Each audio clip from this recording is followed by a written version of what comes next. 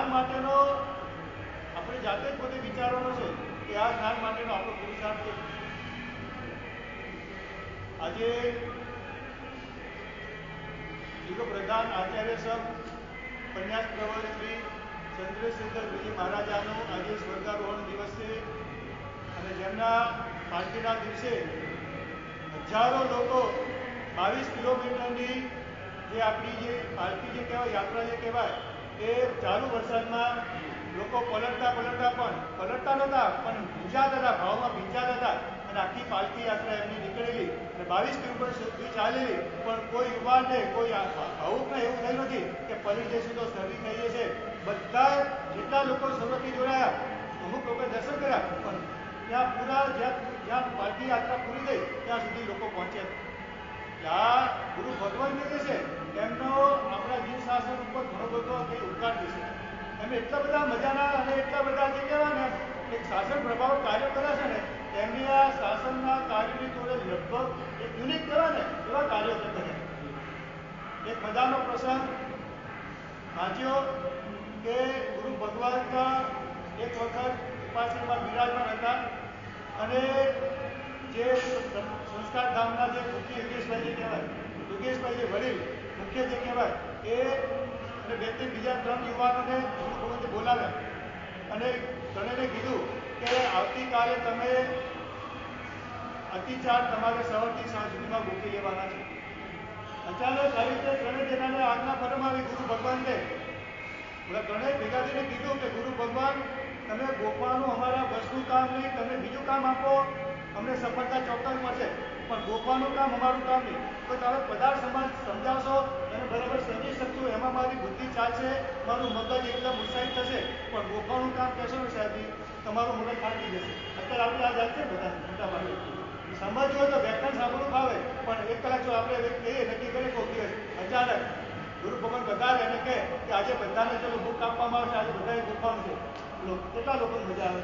1 કલાક સાંભળી શકીએ આપણે, પદાર્થોને ઘન પદાર્થોને પણ સમજી શકીએ, પણ 1 કલાક ગોખવાનું આવે ને તો લગભગ આપણને બધાને ફાવે ને. એટલે ત્રણેય જણાએ કીધું કે સાહેબ અમને ગોખવું નહીં ફાવે. તો ફરીથી પાછું કીધું કે તમે જાઓ, કોઈ તીર્થમાં જાઓ, પહોંચી જાઓ અને સવારથી સાંજ સુધી તમારે અતિચાર ગોખી લેવાના. પણ સાહેબજી કે પણ કંઈ નહીં, તમારે આ કરવાનું છે. ગુરુ ભગવાનનો આદેશ થયો. ભલે બુદ્ધિજીવી હતા પણ સંપૂર્ણ બુદ્ધિજીવી તો નતા. ગુરુ ભગવાન પ્રત્યે શ્રદ્ધા હતી, એક રાગ હતો, એક ગુણાનુરાગ હતો. એના કારણે ત્રણેય જણાએ સ્વીકાર્યું, હાજી સાહેબ કહતી. અને ત્રણેય યુવાનો જે છે નીકળ્યા અને કાવી તીર્થમાં પહોંચ્યા. સવારે ટાઈમસર પહોંચી ગયા અને પછી સવારથી એમને અતિચાર ગોખવાનું શરૂ કર્યું. અને અતિચાર ગોખતા સાંજ સુધીમાં ત્રણેય જણા અતિચાર ગોખી લીધા અને જાહેરમાં બોલી શકે એવા એકદમ કડકડાટ અતિચાર બોલી લીધા.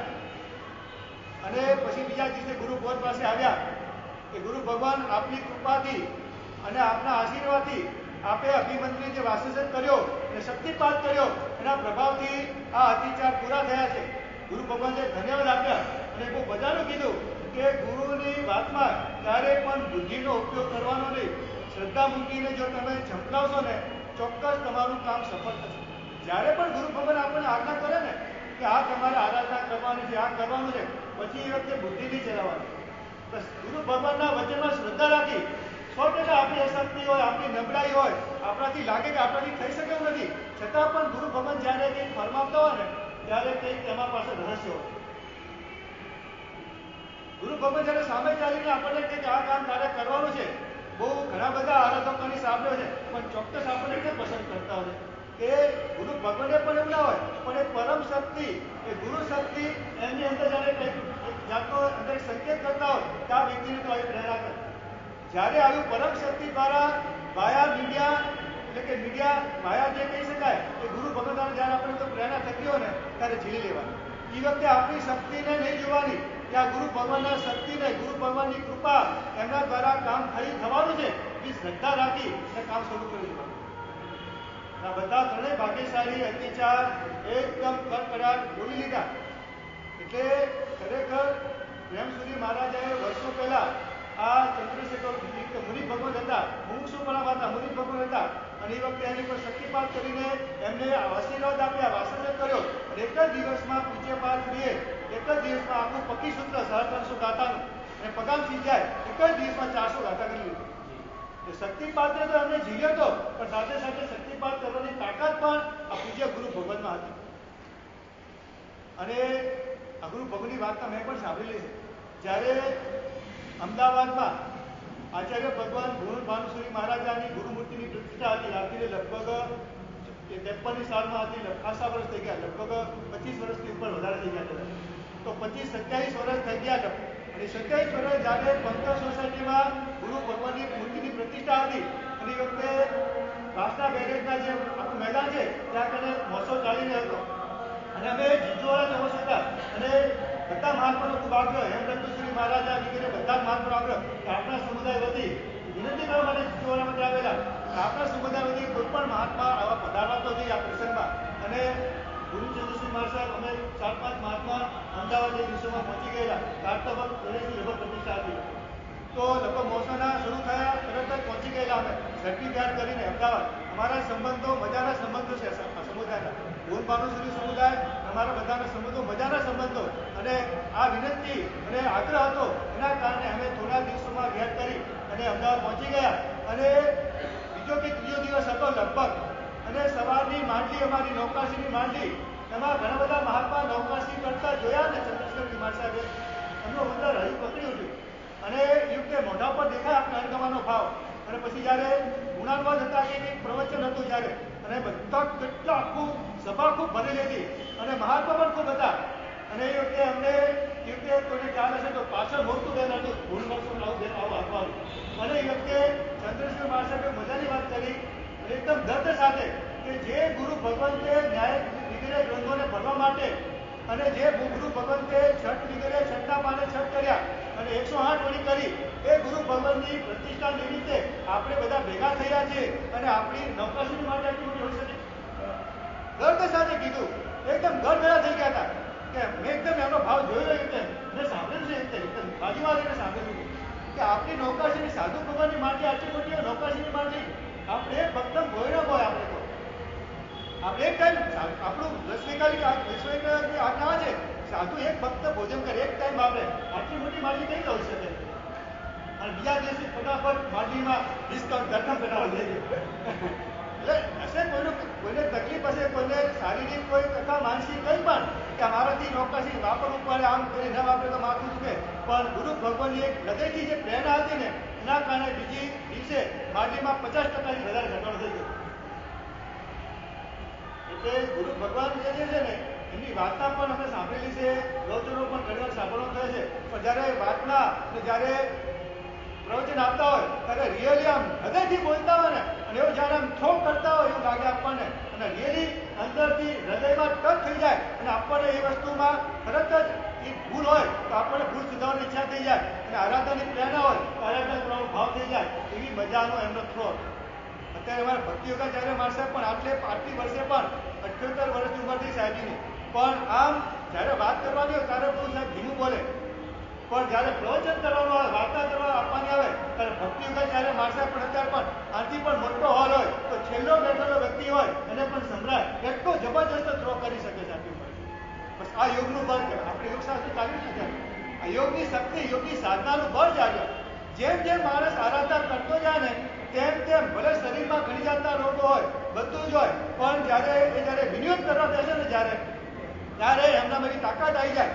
કે એમની ચારિત્રનું બળ અને એમના શબ્દોનો પ્રભાવ સામેવાળા વ્યક્તિને અસર કરી છે વિનિયોગની શક્તિ જે છે ને એ ક્યારે આવતી હોય છે અમુક સ્ટેપ બહાર કર્યા પોતે આરાધના કરે સિદ્ધિ દિગ્વિજય વગેરે કર્યા પછી અને પછી છેલ્લે વિનિયોગની સાધના બતાવી પણ ભણ્યા વગર આરાધના કર્યા વગર એ વસ્તુને ગુણને આત્મસાત કર્યા વગર જ્યારે વિનિયોગ કરવા જાઓ ને તો કોઈ અસર થતી નથી આ બધા ગુરુ ભગવંતો જે છે ને એ સાધના કાળ 20-25 વર્ષ સાધના કાળ પૂરો કર્યા પછી આ બધું પ્રવચન કે વાર્તા આપવાનું લાભ શરૂ કરે અને પછી જે લોકોને અસર થાય છે અદભુત અસર વિનિયોગની તાકાત છે પણ વિનિયોગ ક્યારે કરાય કે જ્યારે તમે એક ગુણમાં સ્થિર થઈ ગયા હોય સ્થિરતા આવી જાય તમારી અંદર પછી તમે વિનિયોગ કરી શકો જે વ્યક્તિ જે ગુણમાં માસ્ટર થયેલો ને એની પાસે વિનિયોગની શક્તિ આપી હોય કોઈ વ્યક્તિ તપસ્વી હોય જેમ બલમસુરી મહારાજા તપસ્વી મહાત્મા અને એની જોડે તમે કોઈ પુરીનું મુહૂર્ત લો કોઈ તપસ્વીનું મુહૂર્ત લો અને મુહૂર્ત આપે કે તમે આ દિવસે શરૂ કરો કોઈ વિઘ્ન આવે તો ખરું આવી જ શકે કારણ કે જે મહાત્મામાં જે ગુણ સિદ્ધ થઈ ગયો ને સિદ્ધિ પછી વિનિયોગ આવે જે મહાત્માના જે ગુણ કોઈનો ભક્તિ ગુણ હોય કોઈમાં તપનો ગુણ હોય કોઈમાં વ્યવસ્થનો ગુણ હોય એની મહાત્મા કે ભાઈ તમે વ્યવસ્થિત કેમ કરતા નથી ધીરે આપણે વ્યવસ્થિત ઈચ્છા થઈ જાય પણ કોઈ બીજો કોઈ વ્યક્તિ કે મારા જેવો કહે તો હું તો કોઈ વ્યવસ્થા કરતો હું તો તમને ઉપદેશ આપું કલાક સુધી વ્યવસ્થિત કરીએ સેવા કરીએ તો તમે બી અસર નહીં થાય અને જે મહાત્મા વ્યવસ્થિત એકદમ આત્મસાત થઈ ગયું છે જાણે એવા મહાત્મા ખાલી કહે સેવાની વાત કરશે ને તમને સેવાની વાત ગમી જશે તમે સેવા કરવા લાગી જેને પણ સિદ્ધિ પ્રાપ્ત થઈ હોય ને એ વ્યક્તિ વિનિયોગ કરી શકે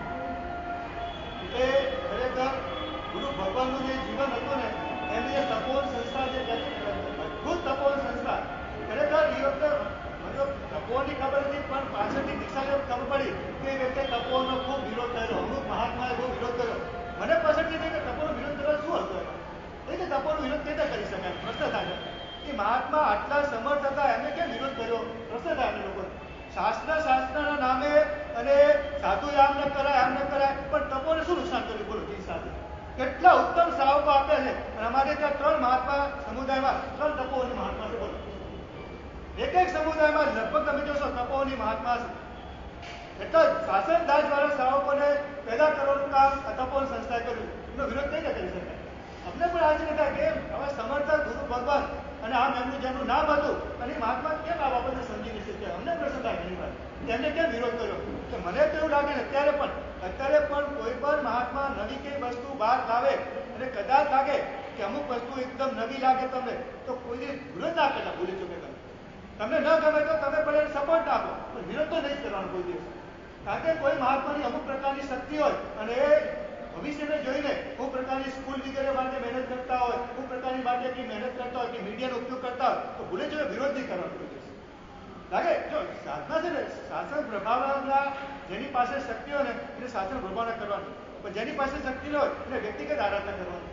આ બંને વસ્તુ સમજવાની છે. મારે કે મારી પોતાની શક્તિ નથી એવી તો મારે મારી આરાધનામાં મસ્ત જવાનું છે. પછી મારી પ્રકારની શક્તિ ન હોય તો મારે પછી શાસન પ્રભાવના વખાણે રાખવાની. મારા આચરણથી જ શાસન પ્રભાવ થઈ જવાની છે મારે. પણ જેની પાસે વક્તૃત્વ શક્તિ હોય, જેની પાસે આયોજન શક્તિ હોય, આવા સંસ્થા ઉભી કરવાની શક્તિ હોય અને જે ભક્તોને બોધ પમાડી અને આવું મજાના સંસ્થા ઉભા કરી શકતા હોય એનો ભૂલી ચૂકે વિરોધ નહીં કરવાનો ક્યારે. સપોર્ટ ના બધો કરી પણ એ વિરોધ થયો છે ને એના કારણે બહુ નુકસાન થઈ જાય. જો એ મહાત્મા વિરોધ ના કર્યો હોત ને સમર્થ હતા એટલે વિરોધ થયો એના કારણે શું થયું કે એના કારણે લોકો દાન આપતા શીખી એનું પુણ્ય હતું એટલા માટે. એના કારણે નકર જો એ વિરોધ ના કર્યો હોત ને તો અત્યારે બીજા 10 લોકો ઉભા કરી શક્યા ગુરુ ભગવાન આરામથી કરી શક્યા. પણ એ વિરોધ કર્યો અને સમર્થ હતા, પુણ્યશાળી હતા, એના કારણે એમનું ચાલ્યું, એના કારણે દાન આપતા લોકો અટકી ગયા. આ વિરોધ થયો એના કારણે બહુ નુકસાન થયું. ખરેખર દેખતા લાગે આપણને. હવે ભવિષ્યમાં પણ કોઈ પણ શ્રાવકે ભવિષ્યમાં કોઈ પણ મહાત્મા વિરોધ કરતા હોય તો કહી દે ગુરુ ભગવાન આપ આપીને બરાબર છો પણ આનો જાહેરમાં વિરોધ ના કરવો જોઈએ. આપણે ત્યાં છે અમુક મહાત્મા બીજોની સંખ્યા પર વિરોધ થતો હોય. બ્લડ ડોનેશનનો વિરોધ કરો. આપણે અમે ઉપદેશ પણ ના આપે પણ વિરોધ કઈ રીતે કરી શકાય? પુસ્તકમાં લખે છે બોલો મહાત્મા બ્લડ ડોનેશન ન કરાય, આ ન કરાય. હવે આપણે કીડી મકોડાની બચાવની વાત કરીએ અને માણસને બચાવની વાત કરીએ લોકોને હજી વાંચે શું થાય? લોકો તમને ન ગમતો તો બરાબર છે, શાસ્ત્રની એક અપેક્ષા બરાબર છે, પણ સમુચિત થાય આ થાય પણ પછી એની સામે બીજા કેટલા એક માણસ વંચિતથી બચી જાય એને જોવાનું. આ બધા આપણે ત્યાં જે અમુક વસ્તુ એટલી બધી સમજણ શાસ્ત્રને સમજવાની શક્તિ નહીં હોવાના કારણે ખોટી જાતનો વિરોધ થતો હોય છે. એટલે જ્યારે પણ આ વિરોધ થતો હોય ને તો એ વિરોધના ખોટા પ્રભાવ આપણે નહીં આવ્યું સમજવાનું. ગીતા ગુરુ 2-4 ગુરુ પૂછવાનું કે સાહેબ આ વિરોધ થઈ રહ્યો છે બરાબર છે, પણ એમને પૂછી નહીં પડવાનું ત્યારે પણ. આ વસ્તુ ખાસ ધ્યાનમાં રાખવાનું. ગુરુ ભગવાન જે તપોવન સંસ્થા જે કરી છે ને ખરેખર હવે તો પાછું દીકરીઓ માટે મજાની સંસ્થા ઊભી થઈ ગઈ છે અને કીધું જે ભાઈ સંભાળી રહ્યા છે કીધું કે સાહેબજી 1200 દીકરીઓ રહી શકે એવું મજાનું તપોવન ઊભું થઈ ગયું છે. એક જ પરિવાર મોટું ખાસું મોટું 50 કરોડ જેટલું સાંભળે છે કે 50 કરોડનું આ રીતે પરિવાર આપ્યું છે. કયા પરિવાર છે ખ્યાલ નથી? ના આજુબાજુ થવાની વાત છે, અમદાવાદમાં થવાની વાત છે. કારણ કે શિક્ષણ વિશે જોવા જઈએ તો અમદાવાદમાં બધા 1200 દીકરીઓ રહી શકે એવું મજાની સંસ્થા દીકરીઓ માટે ઊભી થઈ ગઈ છે. ખરેખર ગુરુભૂલ પછી હા ભૂલે પછી આપણે બીજા મહાત્મામાં બોલવાનું કોઈને સાવધમાં એટલે જ્યારે પણ કોઈ ઉત્તમ વાત થઈ રહી હોય ને ત્યારે કોઈ પણ મહાત્મા એકાંગી વસ્તુ રાખી અને કદાચ લખાણ થતું આવું એ મહાત્માના પુસ્તકમાં જોયું એમને બ્લડ ડોનેશન, અંગદાન આ બધું ન કરાય, આ બધું આમ કરે, એટલું બધું ખોટું લખી નાખ્યું ને મને થાય કે આ પુસ્તકો હજીના હાથમાં તો શું થાય બોલો. એ લોકો એમ થાય કે આ જૈનો કંઈ સમજતા જ નથી. જૈનો એક કીડીને બચાવવાની વાત કરે, વનસ્પતિને બચાવવાની વાત કરે અને મનુષ્ય મારતું તો મરવા દેવા. એટલે અમારી વાત એ છે કે સાધુ અમે પ્રેરણા પણ કરીએ કે તમે અંગદાન કરો, બ્લડ ડોનેશન કરો, પણ કોઈ કરતું હોય આ અનુકંપા દાનમાં અથવા એમાં આવે કે વિભાગમાં આવે અને શાસ્ત્રમાં સ્પષ્ટ બતાવે છે અનુકંપા દાનનો પરમાત્માએ ક્યારે નિષેધ કર્યો નથી. ગ્રંથમાં વારંવાર ચર્ચા ચાલે ત્યાં લખ્યું છે અનુકંપા દાનનો ક્યારે પરમાત્માએ નિષેધ કર્યો નથી કોઈ જગ્યાએ. ભૂલે ચૂકે પણ આવું લખાણ લખાય નહીં પણ ખરેખર મહાત્મા એ કહે છે ને અમે શાસ્ત્રના સાચા પક્ષપાત આ તેમ એમ કરીને એવું લખે ને એના કારણે લોકોને ખોટી રીતે ગેરમાર્ગે દોરતા હોય. ભૂલે ચૂકે પણ આવા પ્રવચનો મહાત્મા આપતા હોય ભલે આધ્યાત્મિક પ્રવચનકાર કહેવાય બધું કહેવાતું હોય તો આવા પ્રવચનકારના જો વિવાદાસ્પદ કોઈ બોલતા નથી પણ આ પ્રસંગ છે એટલે બોલવાની ઈચ્છા થાય. કારણ કે અમારા ગુરુ ભગવાનની પરંપરા છે કોઈ વિવાદાસ્પદ વાતને કોઈ દિવસ દેખાડવા લેવાની. જેમ એ બધા લોકો ભણેલા છે ને એમ બધે પણ ભણેલા છે બધા. અમને પણ આવડે છે બોલતા, પણ આપણા કોઈ સમજ એક બીજી પક્ષ તો ક્યારે પણ કોઈ વસ્તુનો કોઈ રીતે એકાંત પ્રતિપાદન થતું નથી ક્યારે પણ. આ વંદન ના કરાય, આમને વોરાવાય નહીં, આમ ન કરાય, આવી કોઈ ગુરુ બોલ આપણે કરતા નથી. આપણે સ્યાદતે સમજીએ છીએ, લોકો સ્યાદતે સમજી નથી શકતા. આમ કે શાસ્ત્રને જાણકાર, પણ શાસ્ત્રમાં શાસ્ત્ર કેટલો બધો બતાવે છે. વ્હીલચેરનો વિરોધ કરવામાં આવે, આ ન કરાય, આ ન કરાય. બોલો વ્હીલચેરનો વિરોધ જેમ કરે છે શાસ્ત્ર તરફ તમે, તો બોલો દોડીનો ક્યાં લખ્યું, કયા શાસ્ત્રમાં આજ્ઞા આપી છે દોડી? ત્યાં તો લખ્યું છે સાધુ થાકી જાય એટલે સ્ટીમ વાત કરે, અત્યારે ગેર કરીને વાત નથી કરી દોડીમાં. દોડી અમે કરીએ તે સાચું, વ્હીલચેર વાપરે તે મિથ્યાથી. આ વાતો ભૂલે ચૂકે આવી પોલીસ આવીને અવંદનીય બનાવી દેવાના, ભૂલે ચૂકે પણ આવા આવતા નથી. ખૂબ ધ્યાનમાં રાખજો.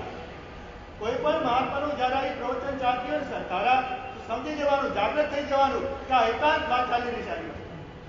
લેવા વ્યક્તિના પ્રવચનો અમે તો કહીએ પ્રવચનો પણ નહીં જવાનું, વરાઈ દેવાનું, વંદન કરવાના ભાવથી ઉત્તમ મહાત્મા છે, પણ આવા લોકોના પ્રવચનો ભૂલી ચૂકી નહીં જવાનું.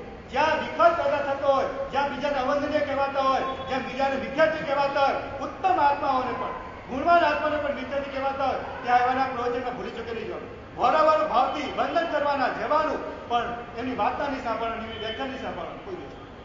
કારણ ભ્રમિત થઈ જાય આપણે.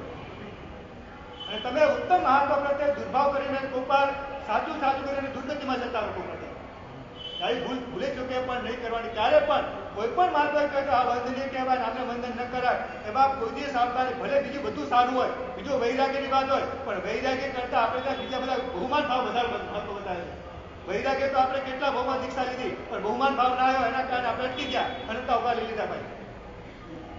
ખાસ ધ્યાનમાં રાખવાનું, જયારે પણ આવું કોઈ મહાત્મા પ્રવચન સરસ કરે ને, ઉભા થઈને જતું રહેવાનું, વંદન કરીને બસ આપણું વેચાણ આપણું ઉભા રહે, અમારે નથી સાંભળવાનું છે. જયારે પણ વિવાદેશ આવી ખોટી વાત કરવામાં આવે ત્યારે મજબૂત થઈને ઉભા થઈને બાયકોટ કરવાનું, મજબૂત થવાનું. પણ ભૂલે ચૂકે પ્રભાવના લાલચમાં આમ સારું છે, આમ સારું, લોકો ખૂબ આવે છે, પણ એવી રીતે ઉભાને જતું નહીં જવાનું. ધ્યાનમાં રાખવાનું, બહુ ધ્યાન. એકદમ તમે સમજુ બની જાઓ, જાગૃત બની જાઓ. એકદમ આક્રમણ આવી છે, આ રીતે પણ આપવી પડે. અને લોકો શું એવા જીવને પકડે છે, તેના કારણે પોતાનો વર્ગ વધે. આ વિસ્તારવાદી વૃત્તિ જે છે ને બહુ ખતરનાક છે, માણસને મારી નાખે. બીજા પ્રત્યે દુર્ભાવ પેદા કરવાનું કામ હજારો મહાત્મા પ્રત્યે, અમારા સિવાયના બધા મહાત્મા મિત્યાથી હજારો ઉત્તમ ગુણવાન મહાત્મા પ્રત્યે દુર્ભાવ પેદા કરીને એ મહાત્મા શું કરી નાખતા હશે, ઉત્સુકતાપૂર્ણ કરીને એટલો સંસાર વધારતા છે, અમને દયા આવે કરે છે. આ વસ્તુ ખૂબ ધ્યાનમાં રાખજો. ભવિષ્યમાં પણ ભલે ગમે એટલા મોટા મહાત્મા કહેવાતા હોય, ગમે એટલા સારા પ્રવચનકાર કહેવાતા હોય, એમની વાર્તા બહુ સારી જ્ઞાતી હોય, પણ જ્યારે આવી વાત આવે ત્યારે ગચ્છાંતિ કરી દેવાનું, નહીં જવાનું. ચોખ્ખું અમે તો કહીએ, ધ્યાનમાં રાખવાનું. વંદન કરવાના ખૂબ, એ ભલે ના પડે વરાવાનું આમ નહીં કરવાનું, આપણે તો વંદન કરવાના, ભાવરાવાનો ભાવ આપણે તો સાચું છે, પણ પ્રવચનમાં ધ્યાન રાખવાનું.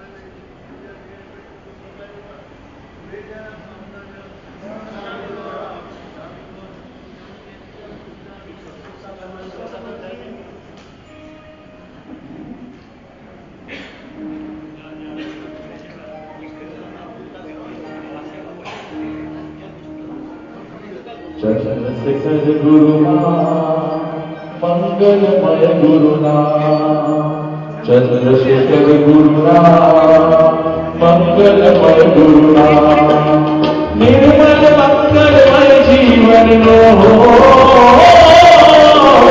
निर्मल मंगलमय जीवन नो आपो जीवनना चंद्रशेखर गुरुना मंगलमय गुरुना चंद्रशेखर गुरुना मंगलमय गुरुना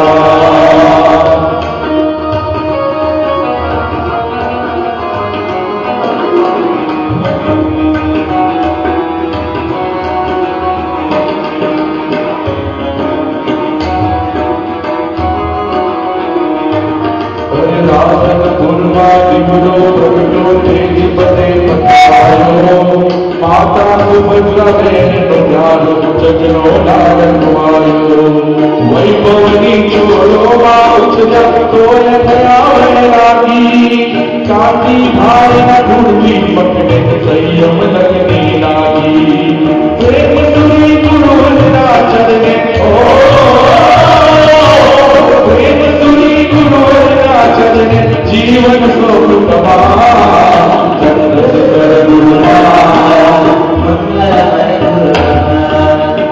मंगलमय गुरुना मंगलमय गुरुना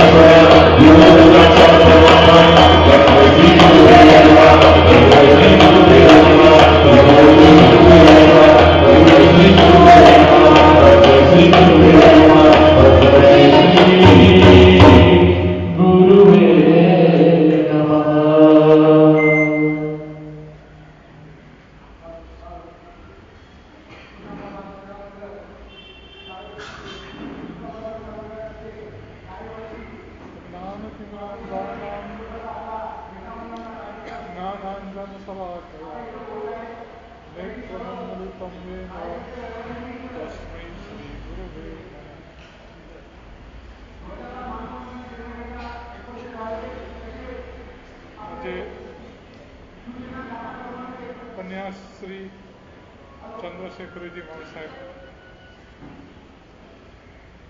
એમના માટે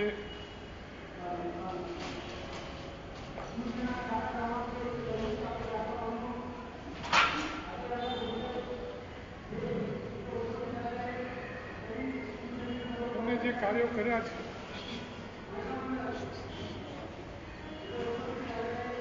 એ બધા અદ્ભુત છે. આજે એમના સ્વર્ગવાસને કાળ દર્પણે 13 વર્ષ થયા. આજે ભવન તરફથી 13 કરોડ રૂપિયા જેવી રકમ પાંજાપુરને આપવાનો કાર્યક્રમ કામા ગરીબની અંદર ગોઠવ્યો છે. હમણાં સુરતથી ધ્યાનચંદભાઈ આવ્યા હતા કે અમે સુરતવાળા પણ 2 કાર્ડ કર્યા છે, એ પણ અમે પાંજરાપોળમાં ડિક્લેર કરશું. તેમને પોતાને જીવ દયા અને શારીરિક ભક્તિ આ 2 વસ્તુ બહુ જ પ્રિય, અને એ માટે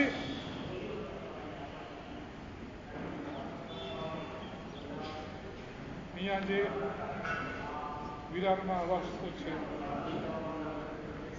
સુરતમાં છે, નવસારીમાં છે, જે સાધર્મિકો માટે ખૂબ જ વરદાનરૂપ છે. સુરતના એક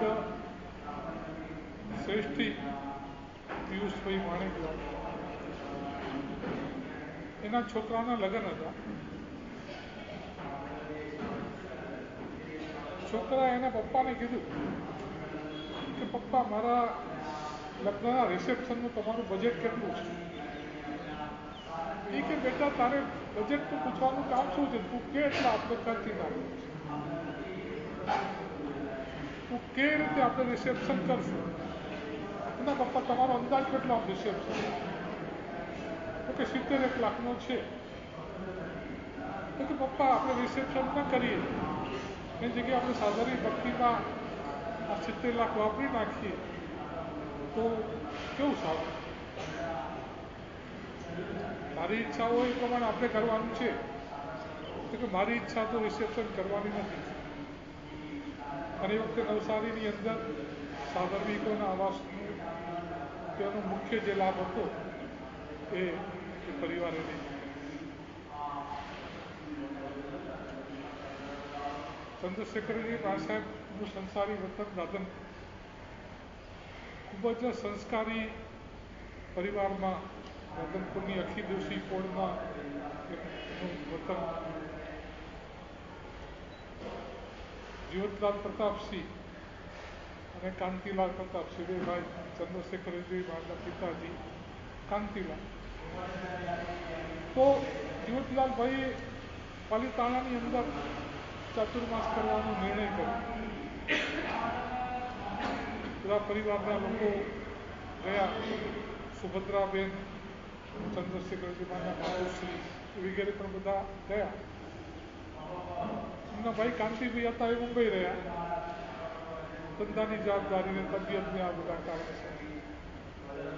અને ચોમાસાના થોડા દિવસો પછી મુંબઈથી સમાચાર આવ્યા કે કાંતિભાઈ ગુજરી ગયા છે. જીવતલાલભાઈએ સુભદ્રાબેનને કહ્યું કે તમે જેમ કહીએ કોઈમ્બતુર આપણે બધા અત્યારે મુંબઈ જવું હોય અને ત્યાં જઈને બધું લોકાચારને જે બધું કરવું હોય આપણે કરીએ. સુભદ્રાબેન કે જો બીમાર હોત ને અને સેવાની જરૂર હોય તો હું જરૂર ચાલું, પણ હવે કાળ ધર્મ પામી ગયા છે તો પછી આપણે ચોમાસાની આરાધના ડિસ્ટર્બ કરવી એ બરાબર નથી. હવે જે થવાનું હતું એ થઈ ગયું છે, અને એના કારણે બધાની ચોમાસાની આરાધના ડિસ્ટર્બ થાય એવું આપણે કંઈ કરવું નથી. આપણે અહીંયા જ ચાતુર્માસિક આરાધના પરિપૂર્ણ કરવાની છે, અને બધાએ ચાતુર્માસિક આરાધના પાલિતાણામાં પરિપૂર્ણ કરવી. તો આ પ્રકારના જે સંસ્કારો જે છે એ એમને ગળધોતીમાંથી મળે. અને જીવતલાલ પ્રતાપસિંહ એમ શેર બજારના કિંગ ગણાતા, અને રાધનપુર સંઘના પણ બહુ અગ્રણી. 15મી ઓગસ્ટ છે, આજના દિવસે ભારત આઝાદ થયું 75-76 વર્ષ પહેલા.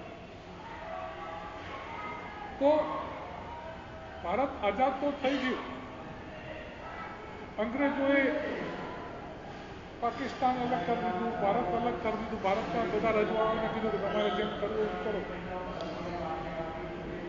અંગ્રેજોને એમ કે ભાઈ આ કોંગ્રેસવાળાને રજવાડા જે ભલે ને બાંધતા હોય તો બાંધે, આપણે બધું હળગતું મૂકીને. વલ્લભભાઈ પટેલે મોટાભાગના રજવાડાઓને સમજાવી અને ભારતના ગણતંત્રની અંદર બધાની સહી કરાવી દીધી. એક હૈદરાબાદનો નિઝામ એ કે મારે પાકિસ્તાનમાં ભળવું છે.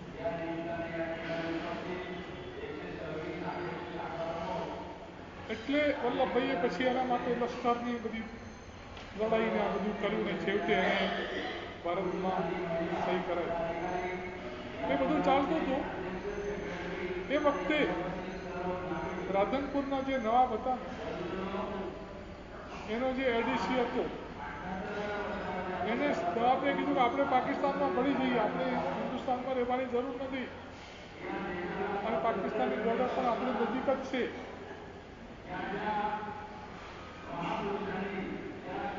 નવાબે પણ નક્કી કર્યું કે આપણે પાકિસ્તાનમાં ભળી જવું છે.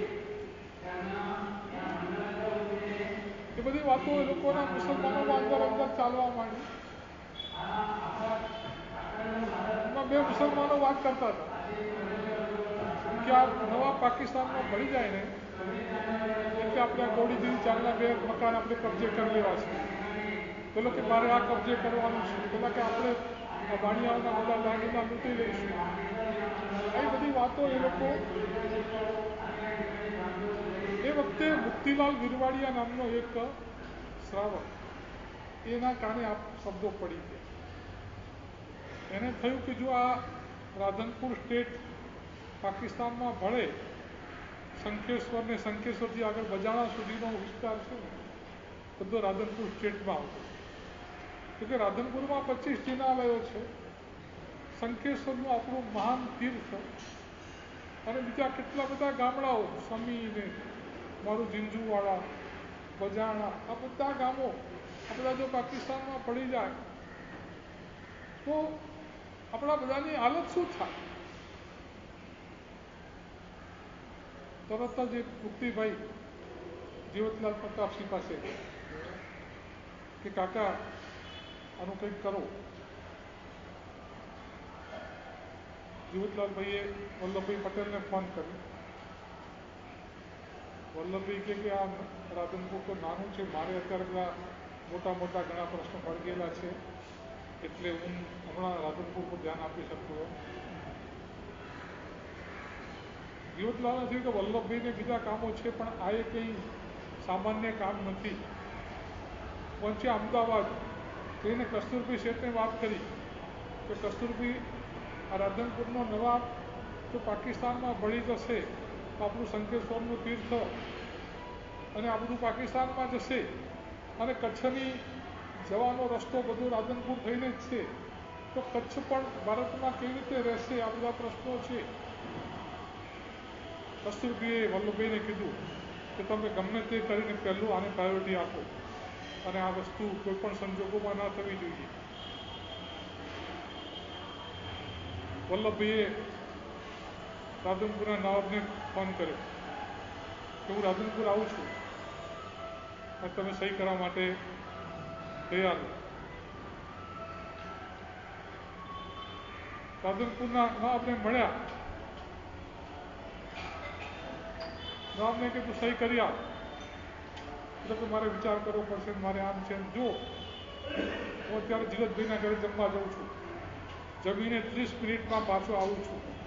હું આવું ત્યારે મારે સહી જોઈએ, નહીં તો આનું પરિણામ ખતરનાક આવશે. વલ્લભભાઈના શબ્દોમાં પણ એટલી તાકાત હતી ને પેલો અડધો કલાકમાં તો હલી ગયો કે આ સહી નહીં કરીને તો આ નિજામને જો આ માણસ સીધો કરી નાખતો હોય તો હું તો એની પાસે કંઈ નથી. તારા સહી કરી. એટલે આવા શ્રાવકો એ લોકો જાગૃત રહ્યા તો એક મોટી વનારત થતી અટકી ગઈ. એક મોટો પ્રદેશ પાકિસ્તાનમાં જતો અટકી ગયો. બાકી જે પ્રદેશો પાકિસ્તાનમાં ગયા, આપણું ગોડી ગામ ને ગોડીજીનું જે પ્રાચીન તીર્થ કહેવાય કે આજે પાકિસ્તાનમાં છે પણ એનું 52 જિનાલય ખંડેર ઊભું છે. ત્યાં કોઈ પ્રતિમા નથી અને કોઈ પૂજા થતી નથી. એ જ રીતે અહીંયા મુંબઈમાં વંદે માતરમ નામનું એક પત્ર ચાલતું. અને એના તંત્રી શામળદાસ ગાંધી 32 વર્ષના નવયુવાન અને એમ જબરજસ્ત ખુંખાર એની વંદે માતરમમાં એની કલમ ચાલે તેજાબના જેવી,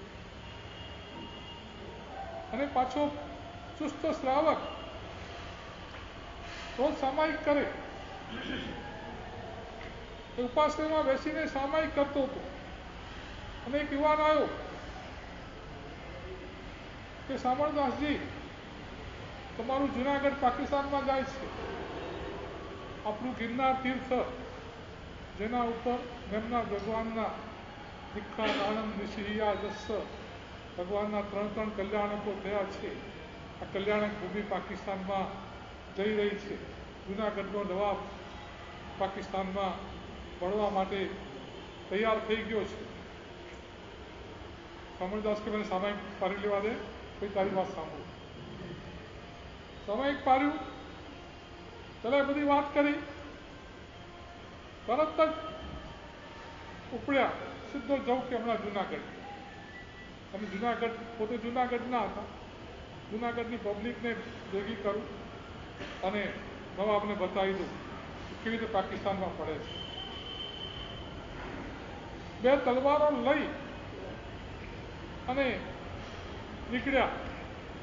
જુનાગઢના સ્ટેશને ઉતરતાની સાથે એને બૂમ પાડી કે કોને પાકિસ્તાનમાં પડવું છે.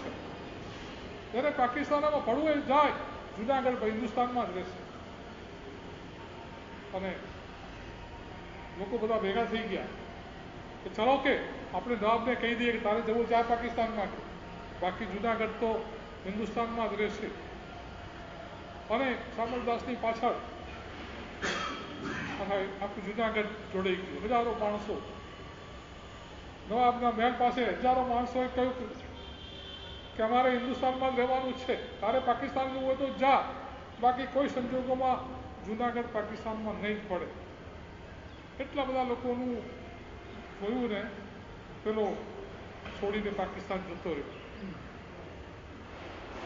આ રીતે આ જુનાગઢ, આ ગિરનાર તીર્થ એ પણ આજે આપણે એની યાત્રા કરી શકીએ છીએ. એના પાછળ પણ આવા શામળદાસ ગાંધી જેવા શ્રાવકોનું જબરદસ્ત બલિદાન છે. આપણે ભારતની આઝાદીના ઇતિહાસમાં ચંદ્રશેખર આઝાદનું નામ સાંભળીએ છીએ, ભગતસિંહનું સાંભળીએ છીએ, પણ સૌથી પહેલા જે ભારતની અંદર આઝાદી માટે ફાંસીએ ચડેલા જે ચુસ્ત જૈન શ્રાવકો હતા, એના નામ કોને આવડે છે?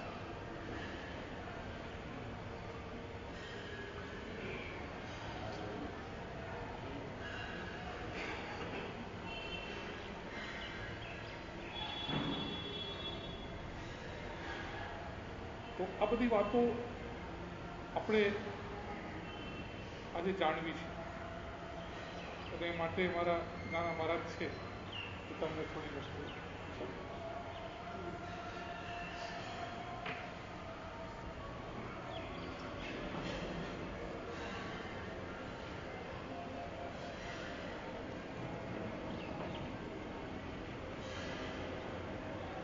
यदा यदा हि धर्मस्य ग्लानिर्भवति भारत अभ्युत्थानाय धर्मस्य तदात्मात्मनं सृजाम्यहम्. મારો એક સવાલ છે. આપણે આ શ્લોક કેટલી વખત સાંભળ્યો હશે, કેટલી વખત મૂવીઝમાં સાંભળ્યો હશે, કેટલી વખત પબ્લિક વચ્ચે સાંભળ્યો હશે. ક્યારે વિચાર્યું કે અત્યારે પણ ધર્મોનું પતન થઈ રહ્યું છે, કેમ પરમેશ્વર નથી જાગતા? પરમેશ્વર પોતે નથી આવતા. કદાચ માનવ સૃજામ્યહમ, હું કોઈ આત્માને સર્જન કરીશ જે આખા જગને અધર્મની આગમાંથી, અધર્મના અંધારામાંથી ધર્મના ઉજાસ તરફ લઈ જશે.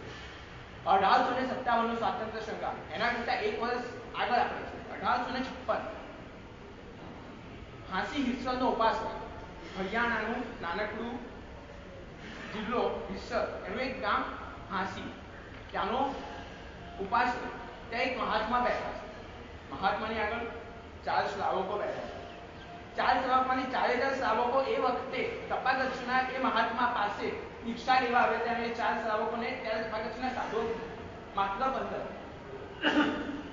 આખા ભારતના ઇતિહાસની અંદર, સાંસ્કૃતિક ઇતિહાસની અંદર કોઈ પણ સંપ્રદાયે પોતાનો સંપ્રદાય જ્યારે નષ્ટ થતો હોય ત્યારે દેશ માટે કંઈ આપ્યું હોય એવું નથી બન્યું, સિવાય કે શ્વેતાંબર મૂર્તિ પૂજક જૈન સંઘ.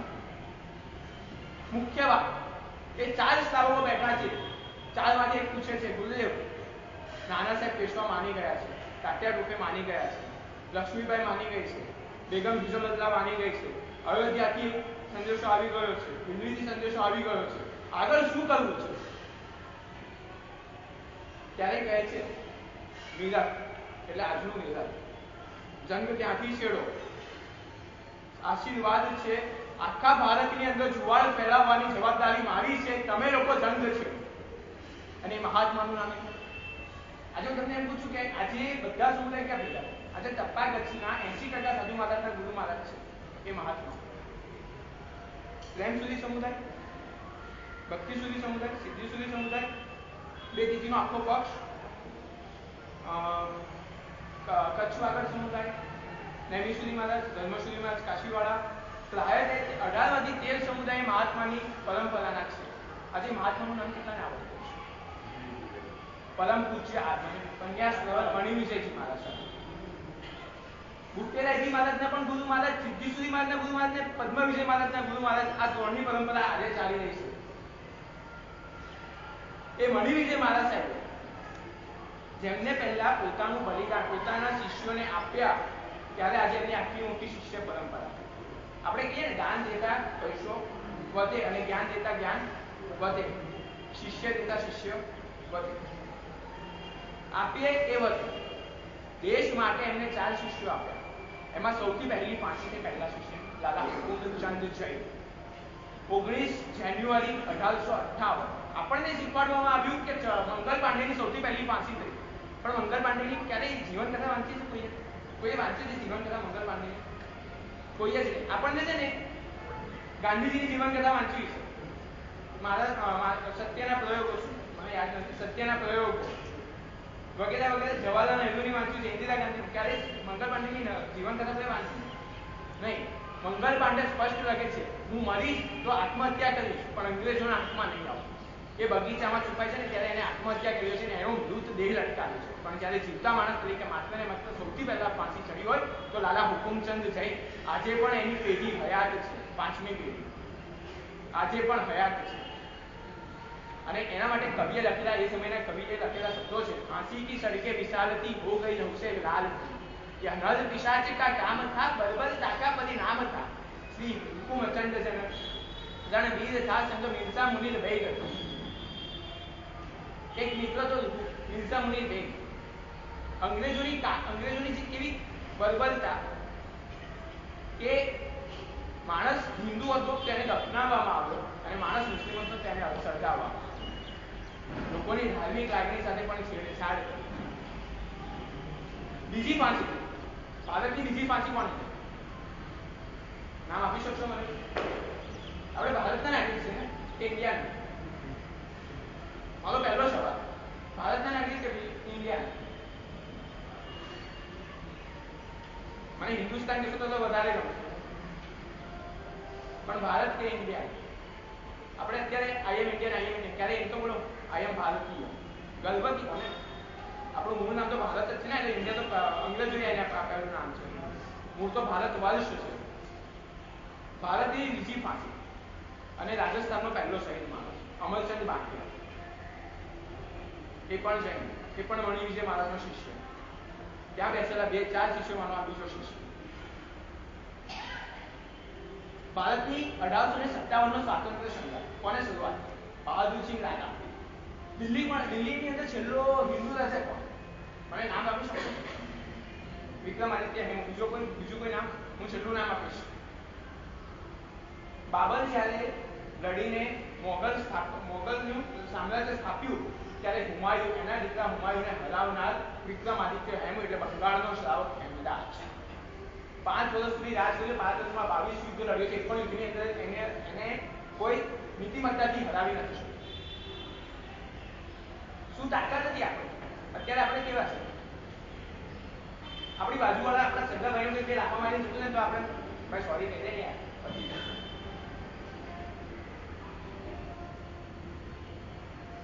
એક કવિએ મસ્ત શબ્દો લખ્યા છે, ના રાગ કિયા ના દ્વેષ કિયા હમ જૈનો ને બસ તપ ત્યાગ કિયા, ના રાગ કિયા ના દ્વેષ કિયા જૈનો ને બસ તપ ત્યાગ કિયા, જબ જબ बिगड़ी हालात तब पानी को भी आग किया. આજે આપણી પાસે આગ કરવાની નહીં, પાણી ઉકાળવાની તાકાત છે નથી. કેમ નથી? કારણ કે આપણી પાસે એજ્યુકેશન એવું નથી. આપણને ભણાવવામાં આવ્યું કે જૈનોનો આપણો પાડો છે. હું તમને NSS ચીફ એટલે આઈબીના ચીફ અજીત ડોભાલ નામ તો બધાએ 90% સાંભળ્યું હશે. એની મીટિંગની અંદર એક જૈન છોકરો બેઠો, પર્સનલ મીટિંગની અંદર 18-19 વર્ષનો છોકરો. એટલે બધા એ છોકરા વાણીઓ કરી કેમ કે વાણીઓ છોકરો બહુ માસ્ટર અત્યારે હેલની અંદર જોબ કરે છે અને હેલની અંદર તે ટીચર્સ જનરેશન 7 બનાવી રહ્યો છે. અને એને અજીત ડોભાલે ખાલી એટલું જ કીધું કે વાણિયાઓ ખાલી પોતાના બેંકમાંથી રૂપિયા ઉઠાવવાના ચાલુ કરે, ભારત દેશની આખી જીડીપીમાં બનશે. આપણો આ પાવર છે. ત્યારે આપણને આપણો પાવર યુઝ કરવાનું ઈચ્છા થઈ. હું મારું કામ બતાવ્યું તો તારું કામ બતાવું. એકબીજાને કામ નથી પતાવવા. તું તારું બતાવ, હું મારું બતાવ. આપણે સ્વાદ આપણે વાત હતી અમલચંદ વાણી. હવે હું તમને એમ પૂછું કે ભારતનો સૌથી પહેલા દિલ્હી કોણે જીત્યું છેલ્લે? એક હિન્દુ માણસ, એમાં પણ જૈન માણસ, નામ હતું બહાદુરસિંહ રાઠા. તારીખ હતી 13 મે 1857. મેરઠમાં એને ચાલુ કર્યો સ્વાતંત્ર્યનો સંગ્રામ. 10 મે એટલે ત્રીજા દિવસે સુધી દિલ્હી જીતી. શું તાકાત હતી માણસ પાસે? અને ચોથો માણસ હતો માણેકચંદ શેઠ, જેને આખા મેરઠમાં અંગ્રેજોને રહેવાની હાલત નથી. આજે આપણી પાસે આપણા કેટલાય લોકો છે જેને આપણે યાદ પણ નથી કરતા. આ બધી વસ્તુ તમને એમ થશે કે મહાત્માને ક્યાંથી મળી આ બધી વસ્તુ. ઘણા લોકોને સવાલ છે કે સાધુ ભગવંતોને આ બધી વસ્તુ ક્યાંથી મળે? હું એમ કહું કે સાધુ ભગવંતોની તમને પણ મળી શકે છે. શોધવાની તૈયારી નથી. મારો ઇતિહાસ જાણો. આજે હું તમને પૂછું કે તમને તમારી કેટલી પેઢી આવે? 5 પેઢી, 7 પેઢી, 8 પેઢી. કેમ? આપણા દાદા પરદાદાએ કેટલાય સુકૃતો કર્યા છે આપણને ખબર પણ નહીં હોય. કેમ? જાણવાની ઈચ્છા નથી. એ માણેકચંદ શેઠ અને બહાદુરસિંહ રાઠા, યુપીની ગવર્મેન્ટે, આપણે તો કશું ના આપી શક્યા, પણ યુપીની ગવર્મેન્ટે મેરઠની અંદર ચલો 2 મહિનાની અંદર એ લોકોના નામના 2 ચોક બનાવી દીધા. આપણે શું આપ્યું? આપણે તે માણસને મૂકીને શું આપ્યું? એ લોકોએ આપણને આખલો દેશ આઝાદ કર્યા. અને હવે મણી વિજય મહારાજનો બોલ કહું છું. આખા આઝાદીની લડતમાં મણી વિજય મહારાજ માત્ર પ્રેરણા હતા નહોતા. એમનો એક્ટિવનેસ કેટલી એ સમજે ને. યતિ પરંપરા ચાલતી. યતિ પરંપરા ખ્યાલ કરતો એ લોકોને કેટલોક શિથિલાચાર થતો, તો યતિઓને ઉપયોગ કર્યો. કઈ રીતે? આઝાદીની લડતને ફેલાવવા માટે. ગુજરાતથી લઈને છેક બંગાળ સુધી આઝાદીની લડત ફેલાવી ને તો યતિઓ. જૈનોને અજૈનો પણ એમને માનતા હતા એ સમય, કારણ કે એ લોકો પાસે મંત્રતંત્રનું બળ હતું. અહીંયાથી મણી વિજય મહારાજનો પત્ર જાય અને એ કામ 101% ત્યાંના યતિઓએ કરવું જ પડે. ના તો શું? આ એક તાકાત હતી એક મહાપુરુષ પાસે. અને એટલા માટે જ કહું સરદાર માનવ સુજામે છે. અત્યારે આપણી પાસે એવી તાકાત. આપણે આઝાદ છીએ કે હજુ પણ પરતંત્ર છે કે સ્વતંત્ર છે?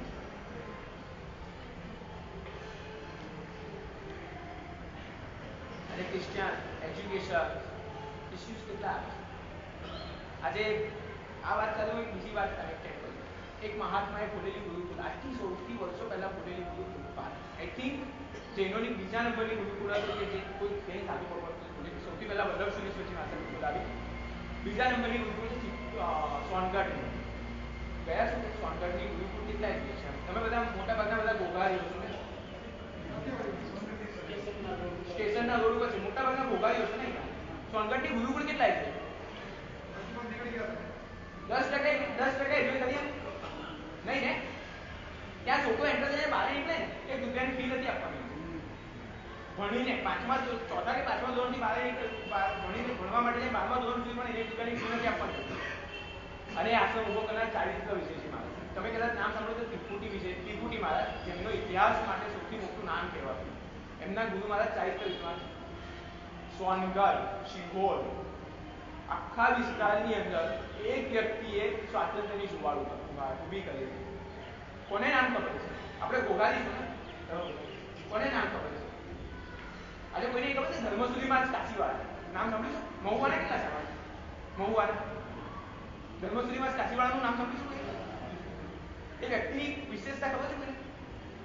ભણવાનો તો પણ નહોતો આવડતો, કક્કામ છોડીને જવું પડ્યું. અને વર્લ્ડ રેકોર્ડ છે કુંભના મેળાની અંદર હિન્દુ સંતે નહીં પરંતુ એક જૈન સંતે 45 મિનિટ સુધી પ્રવચન આપ્યું છે. અને એ પણ બીજા બધા તો પોતાના આમંત્રણ મંગાવે, આમને તો આમંત્રણ કુંભના કમિટીએ આપ્યું. અને 45 મિનિટ પબ્લિક કે વંશ મોલ જો ચાલ્યું હોત ને તો આખો દિવસ ચાલી શકે ને, એટલી પબ્લિકને પકડી રાખી. આજે મહુવાવાળા લોકોને કેટલાને ખબર છે? હમણાં એમનું પુણ્ય શતાબ્દી વર્ષ જોયું 2079માં 100 વર્ષ પૂર્ણ થયા એમના કાળ. એમની શિષ્ય પરંપરા જયંત વિજયજી માલસર, વિદ્યા વિજયજી માલસર, વસંત વિજયજી માલસર, ભીમાંશુ વિજયજી માલસર એક થી ચડિયાતા મહાત્મા હતા. છતાં આપણે ધર્મસુરીમાં કાશીવાળાને કેટલા ઓળખ્યા? કોઈ જ નહીં. કારણ આપણને આપણો ઇતિહાસ જાણવો નથી ને આપણે જેમ છે એમાં બંધાયેલા. ઇતિહાસ જાણવાનો શેના માટે છે કે આપણી પાછી સુધાત્મકતા જાગે ને એના માટે. આપણે કાર્યો લોકો માટે પણ કરીએ છીએ ને આપણા માટે પણ કરીએ છીએ. આપણે લોકો માટે પણ કરીએ છીએ ને આપણા માટે પણ કરીએ છીએ. પરંતુ આપણે છે ને આપણો ઇતિહાસ ભૂલ્યા છે. તકલીફ ત્યાં આવે છે. હંમેશને માટે એક વસ્તુ છે, આમાંથી મુંબઈના એટલે ભૂલી ગયો મુંબઈ જ છે, પરંતુ વીર સાવરકર 10% નામ નહીં ઓળખતા, બાકી આખું ભારત નામ ઓળખે છે. વીર સાવરકરના શબ્દોમાં કહું તો એક જ વાત છે, જૈનો ધારે ને તો ગાંધીજીને પડછાડીને કરી શકે. આપણી અહિંસાને સૌથી વધારે બદનામ કર્યું તો મહાત્મા ગાંધી, જેની આગળ મહાત્મા લખાય છે. આપણી અહિંસા કર્તવ્યની હિંસાને નથી રોકી.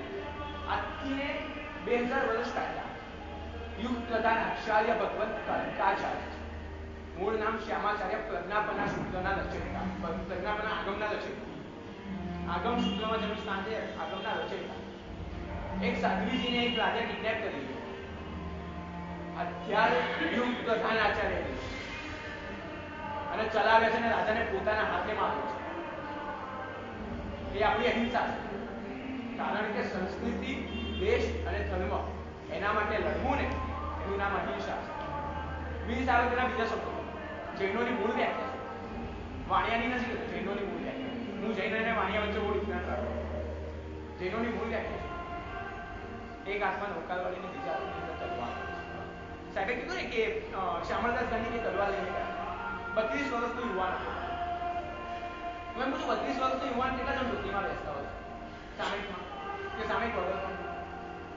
32 વર્ષનો યુવાન ધોતીની અંદર તલવાર લઈને ગયો તો પોલીસે નહીં પકડ્યો એ માણસનો. આમ તો એટલી સિક્યુરિટી તો હશે ને એ ટાઈમે, પણ છતાં એને પકડી. એ માણસે ધોતી પહેરીને ગયો, ધોતીની અંદર તલવાર છુપાવ્યો. આપણી સંસ્કૃતિ કેટલી કામ લાગે છે. આજે કુવામાં પડેલો એક માણસ હોય ને એને બચાવવા માટે તમારે પેન્ટ શર્ટ વાળા છે ને બધું શોધવું પડે, આસપાસ દોડો, પણ સાપો પહેરેલો એ માણસ શોધવું પડે નહીં. સિમ્પલ સવાલ છે મારો, સાદો ને સીધો સરળ સવાલ છે કે એ માણસે દોરી શોધવી પડે. પોતે સાપો પહેર્યો હોય, ફાળ્યું પહેર્યું, સોરી સાપો તો હવે ખોલાઈ ગયા છે રેડીમેડ, એટલે ફાળ્યું બોલું. મૂળ શબ્દ વાપરો ફાળ્યું. સવાલના જવાબ નથી હોતા ને દરેકના, તમારી પાસે પણ નથી. મારી એક નમ્ર વિનંતી છે, થાય તો વિનંતી કરું છું કારણ કે સંઘ છે, થાય તો આપણી જે સંસ્કૃતિ છે, આપણો જે ભોગ છે દેશ, સંસ્કૃતિ અને ધર્મમાં, એને ફરી સાચવી જોઈએ. આજે આપણે સેન્ટ ઝેવિયર્સની સ્કૂલની અંદર મોકલીએ છીએ, આપણા છોકરાને સેન્ટ પોલની સ્કૂલની અંદર મોકલીએ. હું સેન્ટ ઝેવિયર્સનું કહી શકીશ, સેન્ટ પોલનું પબ્લિકની વચ્ચે પણ નહીં શકું કારણ કે એટલો વિદ્યુત મગજનો માણસ હતો. સેન્ટ ઝેવિયર્સ 25,000 જૈનોને મારી નાખે છે, 22 જિનાલયોને તોડી નાખ્યા છે. અને આપણે એ જ સિટીમાં જઈએ છીએ ફરવા માટે, બિંદાસ દારૂની એટલો ઉછળતી છે ગોવા. રાણી અબક્કા નામ સાંભળ્યું છે? 99% કોઈએ નથી સાંભળ્યું. અકબરના સમકાલીન રાણી છે, જૈન હતી, પોર્ટુગીઝો સામે 45 વર્ષ સુધી લડી છે અને 65 સુધી લડી છે અને આખા ભારતને આખા વર્લ્ડ વાઇઝ હિસ્ટ્રી ચેક કરશે ને ઇતિહાસ, કોઈ રાણી કોઈ સ્ત્રીએ 45 વર્ષ સુધી રાજ કરી ને એમાં માત્ર એક જ છે રાણી બનવા, અને એને પણ દગાથી મારી તાકાત નથી કોઈ પાસે જૈનોની સામે ખુલ્લી રીતે લડવાની. હવે એક મુંબઈનું નામ બોલું છું, પ્રાય બધા જ જાણતા છે, પ્રેમચંદ ગોલચંદ સગી. ઓળખો મુંબઈની અંદર શેર માર્કેટ, તમે અત્યારે બીએસસી સ્ટોક એક્સચેન્જ ચાલુ છે, એક વડલા નીચે ચાલુ કરવાનો માણસ એટલે મુખ્ય માણસ પ્રેમચંદ ગોલચંદ સગી. આજે એને બનાવેલું એક tower Rajabhai tower. Rajabhai tower તો બધાને કહો છે મુંબઈની ઓળખ છે. એ માણસે 25 લાખનું ઉઠામણું કર્યું.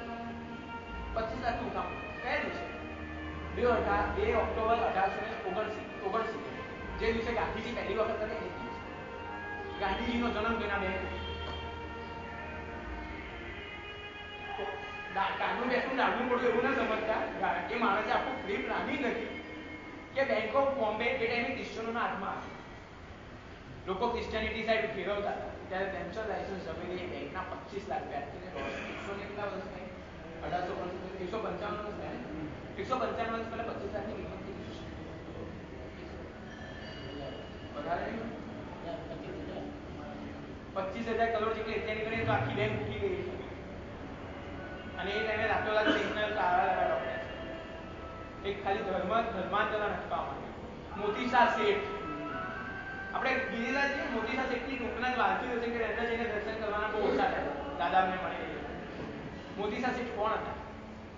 એક શ્રાવક હતા તો સાથે શૂરવીર પણ હતા.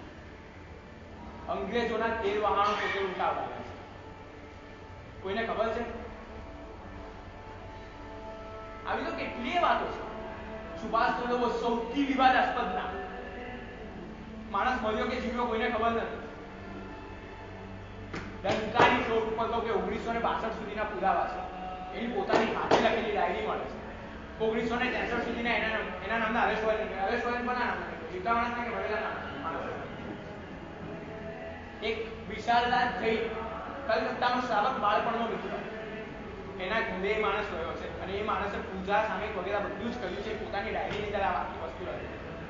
મને જૈનોના સામે કરતા જે આનંદ થયો છે ને એ આનંદ મને સ્વતંત્રતાના આનંદ સમાન લાગે છે. આ વાક્ય મારા નથી, સુભાષચંદ્ર બોઝના છે. આ બધી ડિટેલ અમને ક્યાંથી મળે છે? વાંચન. અને આ ડિટેલ આપવા માટે હું આભાર માનીશ કે સિહોરના એક ઉપાસનીના ચોકીદાર હર્ષદ મહેતા, જે નાના સાહેબની ચોથી પેઢી છે. નાના સાહેબ પેશવાનું નામ ખબર છે ને? તમે મુંબઈના છો ને, મહારાષ્ટ્રના નાના સાહેબ પેશવા. એની ચોથી પેઢી આજે ઉપાસનીની ચોકીદારી કરે છે સિહોર ગામની અંદર. સિહોર ગામની અંદર હશે એક બે જણ, કોઈકનું સાસુ હશે તો કોઈકનું, બરાબર છે. સિહોર ગામનો એ યુવાન આજે તો એ જ છે કે એ વ્યક્તિ કેટલાક પત્રો આપે ને નાના સાહેબ પેશવા, ટાટિયા ટોપે એ બધાના અંદરોના થતા પત્ર વ્યવહારના પત્રો આપે ને ત્યારે આ કેટલી હકીકતો જાણવા મળે છે. બાકી તો આપણે ઊંઘતા હોત ને ઊંઘતા જ. આજે માણસ નાના સાહેબ પેશવાની પેઢી ચોથી પેઢી છે. આજે ટાટિયા ટોપીની પેઢી, પાંચમી પેઢી અત્યારે વિદ્યુત, યુપીનું વિદ્યુત ગામની અંદર પડીકાવાળા. અમે જ્યારે અમરચંદ પાટિયાને હુકુમચંદજીના પરિવારને મળવાનો પ્રયાસ કર્યો, એ લોકોની આંખમાં આંસુ કે સાહેબ અમને જૈનો ભૂલી ગયા. પહેલી વખત અમને જઈને યાદ. આપણે ગાંધીજીના વંશજો, સરદાર પટેલના વંશજોને મળે છે, કેમ આપણા જૈનોના વંશજોને નથી મળતા? મહુવાવાળાને ખબર હોય તો વીરચંદ રાઘવજી ગાંધીના વંશજો અત્યારે પણ હયાત છે. કેમ નથી મળવા જતા? ક્યારે એક વખત એને તિલક તો બધો શાસન સ્થાપના દિવસે ના ભાઈ તે જૈન ધર્મ ફેલાવે છે અમેરિકાની અંદર 6 મહિના સુધી 180 થી વધારે પ્રવચનો કર્યા છે વીરચંદ રાઘવજી ગાંધી. ક્યારેક તો બહુમાન કરે વ્યક્તિ,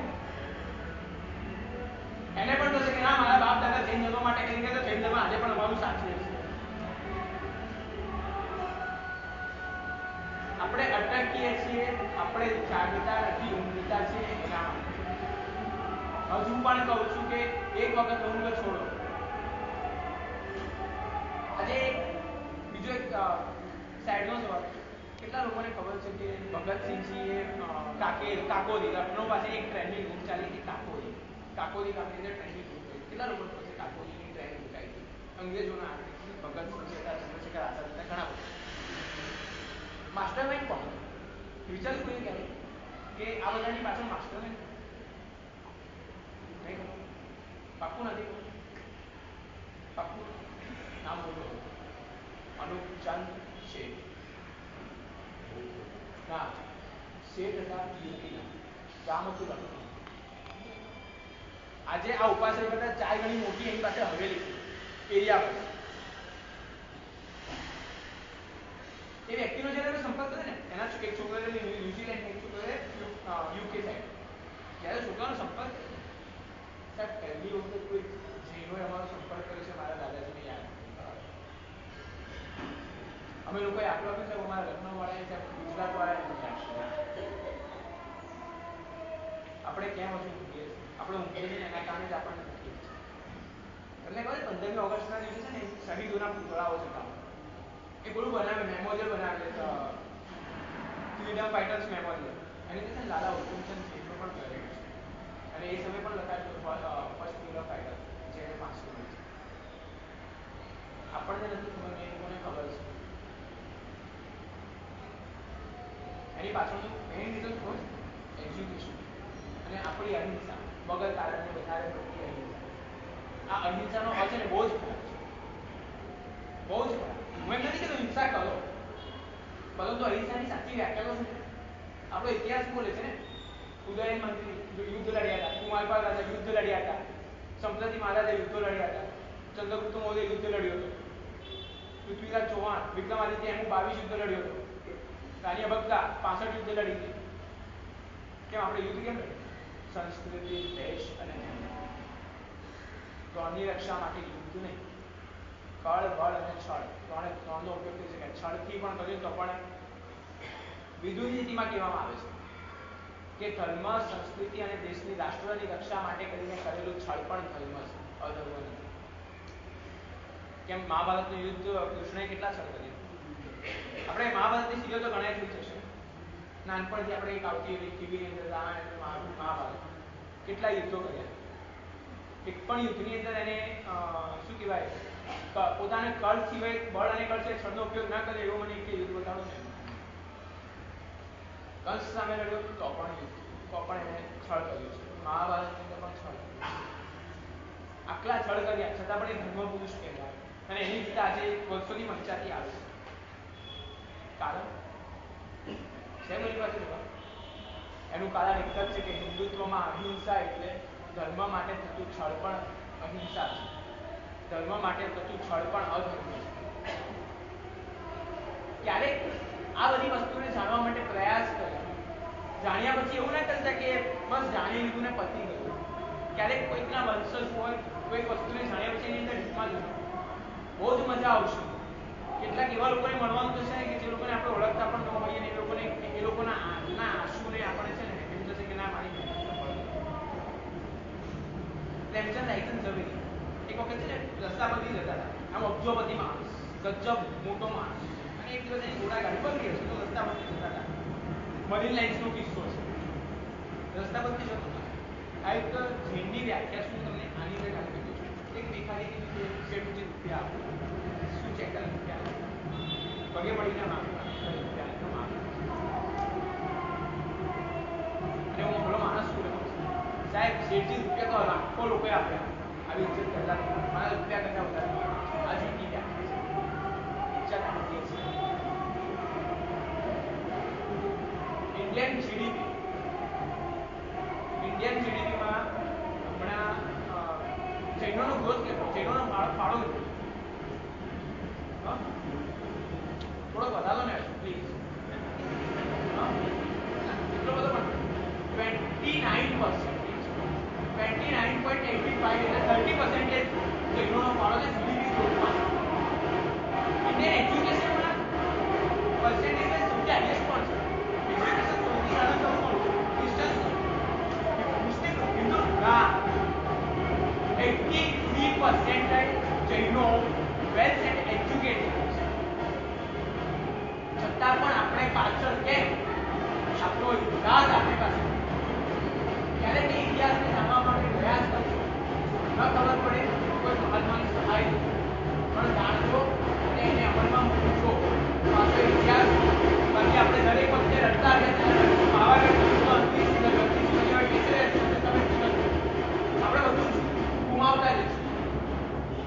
એક નમ્ર વિનંતી છે, આજે 15મી ઓગસ્ટ છે.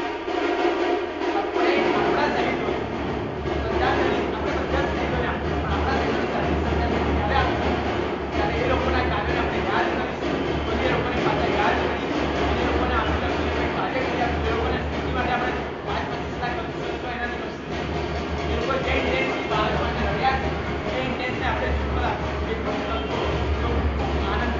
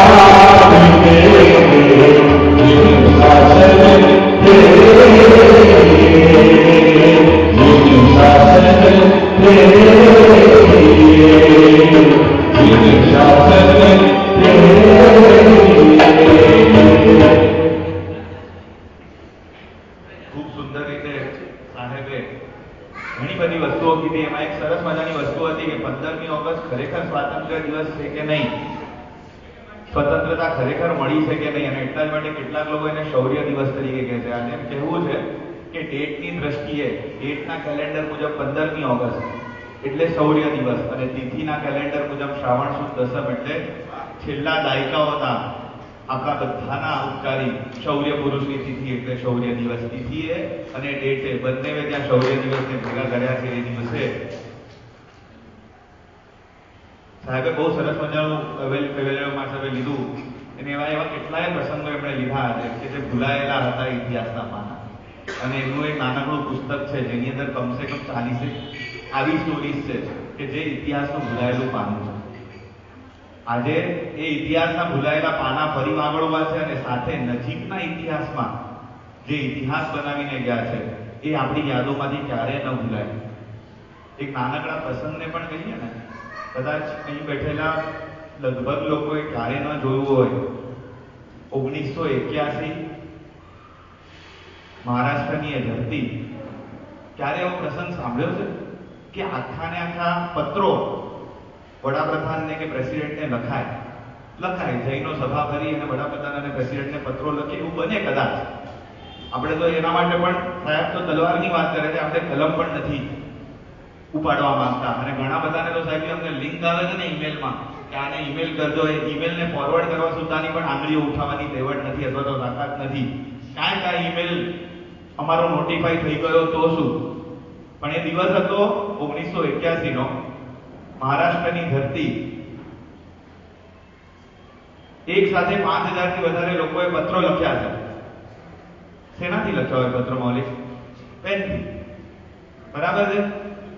કાળી પેનથી નોર્મલી પત્રો લખાય, પણ એ દિવસે લખાયેલા પત્રો એ લાલ પેનથી હતા. એવું નહોતું. લાલ શાહીથી હતા એવું પણ નહોતું. પોતાના શરીરની અંદર દોડતા લાલ રંગના લોહીથી લખાયેલા પત્રો 5000 યુવાનોએ એક સાથે અંતરિક્ષી માટે પોતાના લોહીથી લખેલા પત્રો આજે પણ વિદ્યમાન છે. અને એ બધાના પ્રેરણા સ્ત્રોત આપણા માટેના શૌર્ય પુરુષ કહેવાય નજીકની દસકાઓના એ આપણા ગુરુદેવ. વિચાર કરજો, આપણે પત્રો લખવા હોય ને તો એ આપણી હાથ કંપે અને 5000 યુવાનો અંતરિક્ષની અંદર કટર લઈ અને પોતાના ચામડીને કાપી અને એની અંદરથી દબોળીને પત્રો લખતા હોય.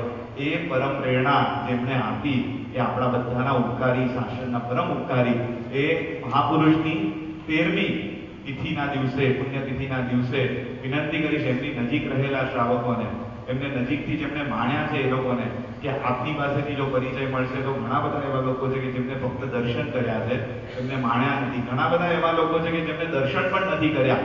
એવા લોકોને તમારા મારફત અમને એમના સુધી પહોંચવાનો મોકો મળશે. એટલે વિનંતી કરીશ આપણા સંઘના પ્રમુખ શ્રી કે અંકલને એ સાહેબ માટે પોતાના અનુભવોને ભાગોળે.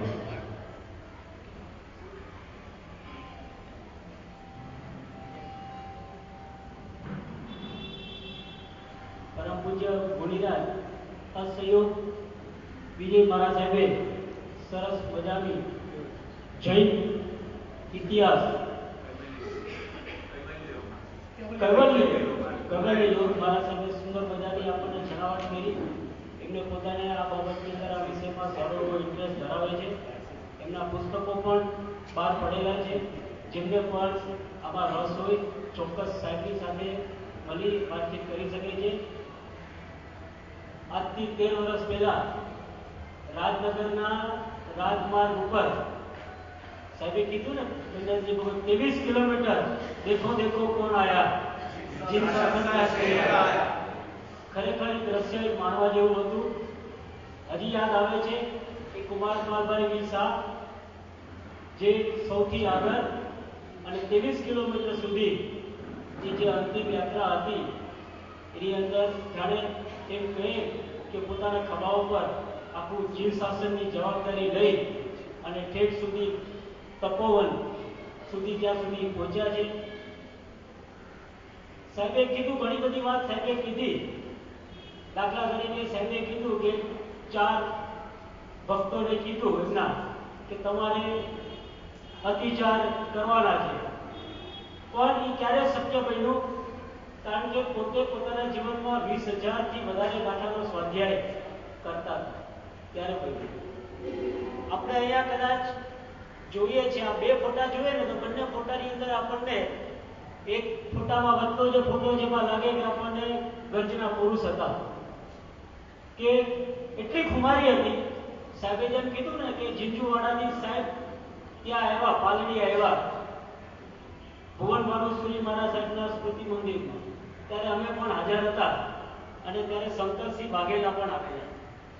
અને શંકરસિંહ વાઘેલાને ઓપન ચેલેન્જ આપેલી કે તમે આ બધું શત્રુંજય નદીના જે માછીમારોનું બધું જે ચાલી રહ્યું છે એ તમે જો બંધ નહીં કરાવો તો કાલે તમારી ખુરશી બી ડોલાયમાન થશે.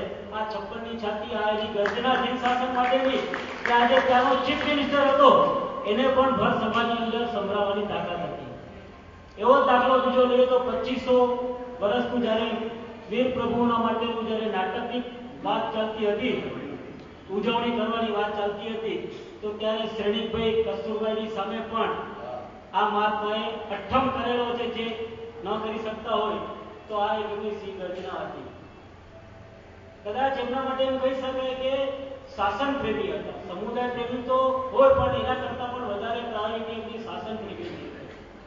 મને યાદ છે એક વર્ષ સાહેબ 2 તિથિમાં આગળ પાછળ થતું હતું, સંવત્સરી આગળ પાછળ થતી હતી. અને હજી મને યાદ છે કે હિતરુચિ મારા સાહેબની પ્રતિકૂળ તબિયતના કારણે સાહેબે આઉટ ઓફ વે જઈ અને કીધું કે આપ તપોવન સાબરમતી ખાતે તપોવનની અંદર આપ સ્થિરતા કરો સાહેબ. આ એક શાસન પ્રત્યેની, એક સાધુ પ્રત્યેની દાલ છે. જ્યારે ગુરુદેવ કારનો પામ્યા ત્યારે કેટલાય સાધ્વીજી ભગવંતો, સાધુ ભગવંતોના પત્રો આ બધા બુકની અંદર, ગ્રંથોની અંદર લખાયેલા છે કે ભલે અમે કોઈ બી અન્ય સમુદાયમાં દીક્ષા લીધી, પણ જો બીજ કોઈ વાગ્યું હોય તો ગુરુદેવ. આવા તો ઘણા બધા પ્રસંગો આપણે ગુરુદેવ માટે કહી શકીએ. આજે એમનું એક સપનું હતું, જ્યારે તપોવન ચાલુ કર્યું ત્યારે એક સપનું હતું કે તપોવનથી છોકરાઓ તૈયાર થાય અને એક IAS ઓફિસર બને. કારણ કે આપણે બધા જાણીએ છીએ કે મિનિસ્ટરો તો ખાલી સાઇન જ કરે છે, પણ એની પાછળની જો બુદ્ધિ કોઈ લગાડતું હોય તો આ IAS ઓફિસરો છે. અને જો IAS ઓફિસરો આપણે દિલ્હી પહોંચશે તો આપણા ઘણા બધા જીવદયાના કાર્યો, કતલખાનાના કાર્યો, આ બધા જે છે એ બધા જમાં આપણને સારા ઉપયોગી થશે. સાગરપીઠનું નામ લઈએ તો આજે સાગરપીઠ વિનયનગર, રાજીવનગર, બોમ્બેની અંદર બનાવ્યું. ત્યાં અમદાવાદમાં જઈએ તો ત્યાં ઓલા રાંભા જે છે એરિયા ત્યાં છે. આવી રીતે ઘણી જગ્યાએ સાગરપીઠ, અનુકંપા, જીવદયા. આજે પછી જ્યારે રાષ્ટ્ર ઉપર આપત્તિ આવે, કોઈ સુનામીનો કેસ આવે તો બી સાહેબ પહેલા ઝંપલાવી દે. કે પછી ક્યારેક આ બાજુ ઉત્તરાખંડની અંદર કોઈ કુદરતી હોનારત થઈ હોય ત્યારે પણ યુવાનોને પહેલા પહોંચાડે. એટલે સાહેબનું એક વ્યક્તિત્વ અલગ જ હતું. હજી અમને ખબર નથી કે આટલા વર્ષમાં એમના ચોમાસાની કોઈ પત્રિકા, આમંત્રણ પત્રિકા ક્યારેય બહાર પડી હોય એવો અમને ખ્યાલ નથી આવતો. એકદમ સાદા જેને કહીએ, પણ જેમ કહેવાય ને કે સમુદાય કરતા શાસન લક્ષી કાર્યો એમને ખૂબ જ કરેલા છે. બસ આજના દિવસ આપણે એમને પ્રાર્થના કરીએ કે જ્યાં પણ છે ત્યાંથી આજે શાસનને ખૂબ જ સહાય કરે જ છે. આજે કહેવાનું મન થાય એમની ગેરહાજરી પછી આજે આ સંતો ભાયંદરની અંદર તપોવન વિદ્યાલય, આજે યોગેશ કુમાર સહાની જેને કહેને કે એની કાબેલિયત અને એનું નોલેજ, એના હિસાબે લગભગ 5 જગ્યાએ આવા તપોવન વિદ્યાલય થયા. જામનગરમાં બી થયા, અમદાવાદ થયું, ભિવંડી થયું, રાજકોટ થયું, આ જગ્યાએ થાય. અને અત્યારે કદાચ તપોવન વિદ્યાલય એવી સ્કૂલ સુરત વગેરેની અંદર પણ બનાવી છે. એટલે આ એક અદ્રશ્ય સહાય ગુરુદેવ ઉપરથી કરી જ રહ્યા છે. તો આજના દિવસે આપણે એક જ પ્રાર્થના કરીએ કે આવા જ શાસનલક્ષી કાંઈ પણ તકલીફો આવે તો શાસનને ખૂબ મદદની સહાય કરે.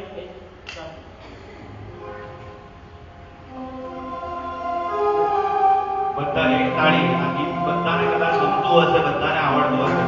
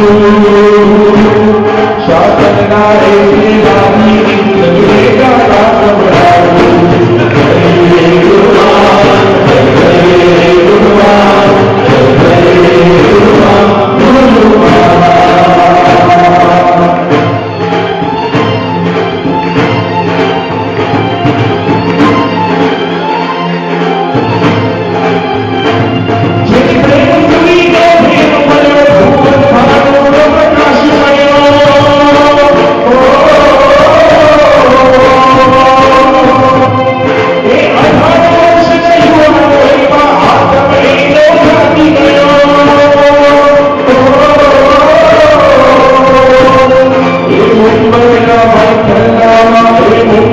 ભાઈ થેલામાં જે રજો હર અપનાવ્યું શાસનના એસે રાની જગદેના પાસવડાયું જય ગુરુમાં જય ગુરુમાં જય ગુરુમાં જે હૈયે કરના હૈયે હે ગુરુમાના ભૂલાવો શાસનના એસે રાની જગદેના પાસવડાયું જય ગુરુમાં જય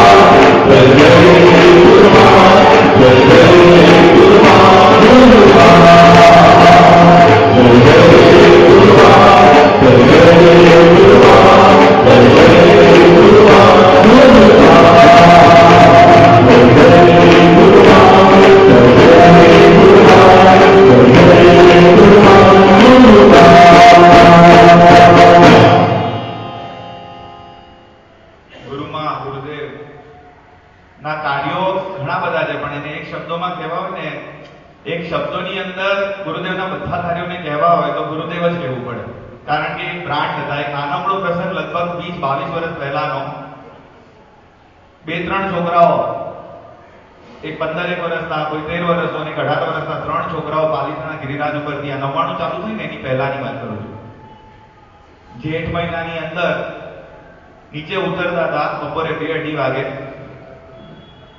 ચપ્પલ પગમાં નહોતા સફેદ જબ્બરકો પહેરેલો હતો ને એક સાથી યુવક એમની સાથે પંજાબી એટલે કે વલ્લભસુરી માસરના સમુદાયના પીળા કપડામાં હિન્દી ભાષી સાથી યુવક પણ સાથે ઉતરતા હતા તળેટીમાં મળ્યા અને સાથી યુવકે પૂછ્યું કે ચંદ્રશેખર માસરની તબિયત કઈસી છે અને જે પણ યુવાન મોટા હતા એમને જવાબ આપ્યો સાહેબ અભી ઠીક છે પણ તરત એમને બીજો પ્રશ્ન કર્યો આ સાંભળવા જેવું છે અને જેટલા પણ આપણે લોકો ગુરુદેવના ઉપકાર નીચે દબાયેલા છે ને એ લોકો માટે બહુ મોટો સંદેશો આપીને જાય છે એ યુવાને પ્રશ્ન કર્યો સાથી યુવાને કે આપકો कैसे पता चला कि हम कहीं ना कहीं से गुरुदेव से परिचित रहेंगे અને ત્યારે એમણે જે જવાબ આપેલો એ પંજાબી પ્રદેશના वल्लभसुरी मासરના સમુદાયના હિન્દી ભાષી સાથી જીવન બોલેલા कि वैशाख जेठ की गर्मी में चप्पल के बिना 13, 15, 18 साल के सफेद कपड़ों में यदि कोई युवान दिखे तो समझ जाने का कि कहीं ना कहीं वो चंद्रशेखर महाराज के युवान है આ છે ગુડવિલ આ છે ઇમેજ આ છે પ્રભુના શાસનના આ મહાપુરુષની જવાબદારી બસ આ આપણા ધામના ચિરાગભાઈને વિનંતી કરીશ કે પોતાના અનુભવોને પોતાની યાદોને ગુરુદેવના નજીકના સામિપ્યને આપણી સમક્ષ રજૂ કરો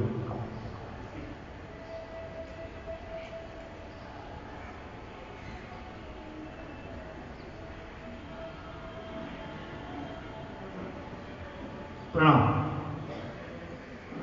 આપણા શ્રી સંઘમાં કોઈ 12-14 વર્ષનો છોકરો નંબર 1 અષ્ટપ્રકારની પૂજા કરતો હોય અંકુર, નંબર 2 રોજ નિત્ય સામાયિક કરતો હોય, નંબર 3 ગુરુવંદન કરતો હોય, નંબર 4 રોજ ચોવિયાર કરતો હોય, નંબર 5 અભક્ષ્ય વસ્તુનો ત્યાગ કરતો હોય અને નંબર 6 રોજ પાછળા જતો હોય તો આપણે એને માનીએ છીએ કેડી નિત્ય સામાયિક કરે છે, ગુરુવંદન કરે છે, અષ્ટપ્રકારની પૂજા કરે છે, અભક્ષ્યનો ત્યાગ કરે છે, આ બધી વસ્તુ મેક્સિમમ ભગવાનની આજ્ઞા પાડે છે તો આપણે છેલ્લે તો શું કહેશું લગભગ ભાગશાળીને સંયમના ભાવ છે આટલા બધા શુભ વાતાવરણમાં આપણે આપણા દીકરા દીકરીને એક નાનકડો ધર્મ નથી કરાવી શકતા તો યુગ પ્રધાન શાસન પ્રભાવક પરમ પૂજ્ય આચાર્ય ભગવાન ચંદ્રશેખર વિજયજી મહારાજ સાહેબ 12-14 વર્ષ નાના બાળકને તપોવન નામની સંસ્થા જેને સૌપ્રથમ આખા ઇન્ડિયામાં એપ્લિકેબલ કરી 12-14 વર્ષ બાળકને આપણે આટલા બધા નિયમ પઢાવી શકતા નથી તો આટલા સહજ ભાવે નાના બાળકોને નિયમ પ્રભાવે છે આ પરમ પૂજ્ય ગુરુદેવનો એક નાનકડો આંશિક ઉપકાર છે બીજી વાત કહેવાનું મન એમ થાય છે કે સાહેબની જ્યારે હયાત હતી અશોકભાઈ ત્યારે સાહેબને લગભગ 100 શિષ્ય હતા પ્રશિષ્ય શિષ્ય બની એમાં પણ સમજો કે ભગવત સૂત્રના જોગ હોય ક્યારેક પાઠ ભણાવવાનો હોય ક્યારેક વાંચના આપવાની હોય એટલા ટાઈટ શેડ્યુલમાં સાહેબે પોતાના હસ્તલેખિત 300 પુસ્તકોનું લેખન કર્યું છે એટલે ઘણા જીવનમાં ઉપકાર છે એમાં સાહેબનો એક નાનકડો ઉપકાર છે અને બસ દરેકને એક નમ્ર વિનંતી આ ગુરુદેવનો ઉપકાર આપણે ક્યારે પણ ઋણદાન નહીં કરી શકીએ ધન્યવાદ બસ એક છેલ્લી 5 મિનિટ ખાસ એટલે ઘણી બધી વસ્તુઓ ગુરુદેવના ઉપકારોની આપણા ઉપર છે અને એ ઉપકારોને ગુરુદેવના ઉપકારોને યાદ કરવા હોય ને તો બહુ સરસ મજાની વાત એક મહાત્માએ બહુ સરસ રીતે કીધેલું કે કોઈના પણ ઉપકારોને યાદ કરવા હોય ને તો એમની પ્રવૃત્તિને તમારે જીવનમાં અપનાવી તો જ્યારે જ્યારે પ્રવૃત્તિ કરશો ત્યારે ત્યારે એમના ઉપકારો યાદ રહેશે. બસ એમને ગમતી પ્રવૃત્તિઓ એક નાનકડું એક જ સુરતની અંદર હવે 40-45 વર્ષ પહેલા પ્લેગ આવેલો, કદાચ એનાથી વધારે મને એક્ઝેક્ટ વર્ષ યાદ નથી. આ એક યુવાનનો બહુ મસ્ત અને અમારામાંથી નહીં પણ કોઈકનો મેં સાંભળેલો પ્રસંગ છે. જ્યારે પ્લેગ આવ્યો ત્યારે યુવાનો મદદ માટે દોડેલા અને એ વખતે એક મુસલમાન કાકા પાસે એક યુવાન ઉભો રહ્યો અને મુસલમાન કાકાએ તે વખતે કીધેલું કે યાર ये चंद्रशेखर मारे साहब आए और प्लेग आया. अरे ત્યારે ઓલો ભડકી ગયો કે યાર કેવા શું માંગે છે ભાઈ, इनके साथ इनका क्या संबंध. અને ત્યારે मुसलमान काका ने कीधेलू कि भाई इससे पहले भी खुदा है ना जब भी आफत डालता है ना तभी आफत को लेने वाला भी साथ में भेजता है. आफत આવવાની જ હતી પણ સાથે ચંદ્રશેખર માર સાહેબ આવ્યા તો આફતને લેને વાળા પણ સાથે આવી ગયા. એટલે આવી અજૈનોમાં પણ જેમની છાપ હતી અને ઘણા લોકોને ખબર હશે, કદાચ ખબર હશે કે નહીં, 13,000 લોકોની વચ્ચેના પ્રવચનો અને અંજારની રેકડીઓ ઉપર જેમ એક્ટર અને એક્ટ્રેસના ફોટા મૂકતા ને આપણે જોઈએ ને એવી રીતે એક સમયની અંદર ગુરુદેવના ફોટાઓ અજૈનોની અંદર પ્રચલિત બનેલા કે આવા અંજારના ચાતુર્માસ પછી આવા ગુરુદેવને મનગમતી પ્રવૃત્તિઓ આપણે અહીંયા બેઠેલા જે લોકો પણ છે અને ધામ ચલાવી રહ્યું છે એને પણ યાદ કરીએ. 35 વર્ષથી અવિરતપણે એવરી સન્ડે ખીચડી ઘર, 25 વર્ષથી અનુકંપા જીવદયા એટલે કે જે પણ કૂતરા વગેરેને દૂધ વગેરેનું એવરી સન્ડે, 15 વર્ષથી છેડાનગરના અનાથાશ્રમ અને ઓર્ફનેજની અંદર ગુરુદેવના નેજા હેઠળ ગુરુદેવની પ્રેરણાથી ચાલતી પ્રવૃત્તિઓ, એ પછી ભાવનાઓ હોય કે પછી દીક્ષા મહોત્સવો હોય, પોતાના મનના પોતાના પૈસા કાઢીને ઘણી બધી વાત જે ધામના યુવાનો કરી રહ્યા છે તમામની ખૂબ ખૂબ ખૂબ ખૂબ અનુમોદના. અને હવે સંઘવતી ભરતભાઈને વિનંતી કરીશ કે આ મહાપુરુષને એ શબ્દોની શ્રદ્ધાંજલિ આપીને બાકીની જાહેરાતો. બોલો શ્રી ચિંતામણી પાર્શ્વનાથ ભગવાન કી જય. યુગ પ્રધાન આચાર્ય શ્રમ પન્યાસ પર્વત ચંદ્રશેખર પ્રિયજી મહારાજ કી જય. આ યુગ પ્રધાન, આ યુગ શબ્દ છે ને છેલ્લા 100-150 વર્ષમાં ફક્ત બે મહાત્મા માટે લાગેલો છે. એક આપણા આચાર્ય દેવ ધર્મસુરીજી મહારાજ સાહેબ એમને યુગ દિવાકર અને પરમ પૂજ્ય પન્યાસ ચંદ્રશેખર મહારાજ સાહેબ એમને યુગ પ્રધાન. આ બે વ્યક્તિ પ્રત્યે બે મહાત્માને આ યુગ શબ્દ જોડિત થયેલો છે એમની પદવીમાં. યુગ દિવાકર ધર્મસુરી મહારાજ સાહેબે શું કર્યું? યુગ દિવાકર ધર્મસુરી મહારાજ સાહેબે આખા બોમ્બેમાં એટલા બધા જીનારો બનાવ્યા અને એમાં ભગવાન પધરાયા માણસો ત્યાં નજીકમાં રહેવા માટે આવ્યા. પણ યુવાનો હજી એમાં જતા નહોતા. જે મોટા જતા હતા પણ નાના યુવાનો કોઈ જોતા નતા. એને જો દેરાસરમાં જતા કર્યા હોય ને તો આ યુગ પ્રધાન આચાર્ય તો પન્યાસ પર્વતથી ચંદ્રશેખરજી મહારાજ સાહેબ ખરેખર એમનો આપણા પર બહુ ઉપકાર છે. હું બહુ નાનો હતો ત્યારે એમની ઘણી શિબિર ભરી છે. ધર્મસિંહ મહારાજ સાહેબ એ વખતના ભરતભાઈ, મારું નામ ભરત, એ પણ ભરતભાઈ, બંને સાથે જતા એ મને આંગળી પકડી લઈ જતા. આજે એ દિવસો યાદ આવે છે. અમે શિબિર ભરતા અહીંયાથી દાદર જઈએ, ત્યાંથી ચરણી રોડ બસ પકડીને અમે વાલકેશ્વર જતા હતા અને શિબિર પદમાં પહોંચીએ 50 કલાકમાં સાહેબનું 2.5-4 પ્રવચન હોય, મહાભારતનું પ્રવચન, રામાયણનું પ્રવચન, એ બધા શિબિરો ઘણી ભરેલી છે. એટલે સાહેબ બહુ યાદ આવે. ખરેખર સાહેબ છે ને રત્નના પારખું હતા. સાહેબે જ્યાં જ્યાં ગયા ને ત્યાં છે રત્નો આપણા સંગાણીની ખાણમાં કાચના ટુકડાને એને કોહિનૂર બનાવ્યા અને આપણા ધર્મરક્ષિત મહારાજ સાહેબ અને હેમવલ્લભ મહારાજ સાહેબ એ બંનેને આખા જગતમાં ગાતા કર્યા તો એમના ગુરુ ચંદ્રશેખર મહારાજ સાહેબ.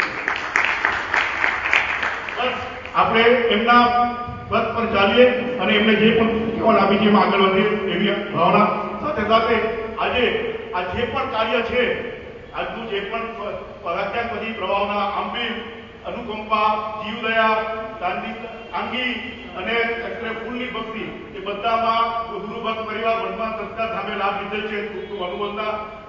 આજે સવારનું બેસનું મણીલાલ લાલચંદ ગઢીવાળા તરફથી હતું અને સાંજનું પ્રવાહથી મેં પી તરફથી છે. દરેકને લાભ આપવા માટે વિનંતી. સાથે સાથે આજે બપોરના 3 વાગે ફોટો સેશન છે.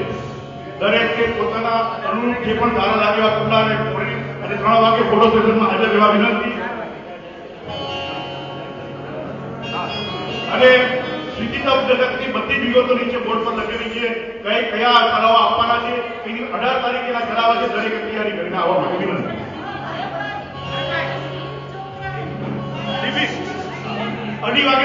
અઢી વાગે બાળકોની શિબિર છે, દરેક બાળકોને મોકલવા માટે ખાસ વિનંતી.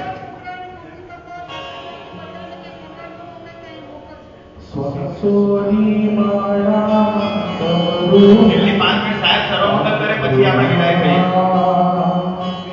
સ્વાસોની માળા સબરું તારુણા વંચાઉ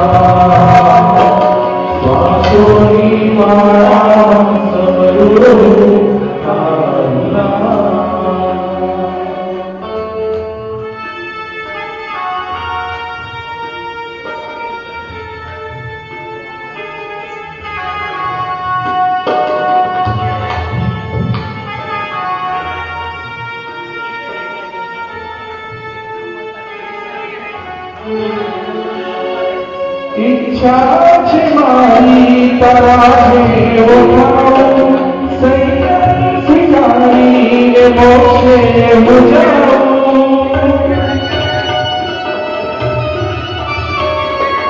ઈચ્છા છે મારી તારે ઓઠાઉં સંયમ સ્વીકારીને મોક્ષે મુજાઉં.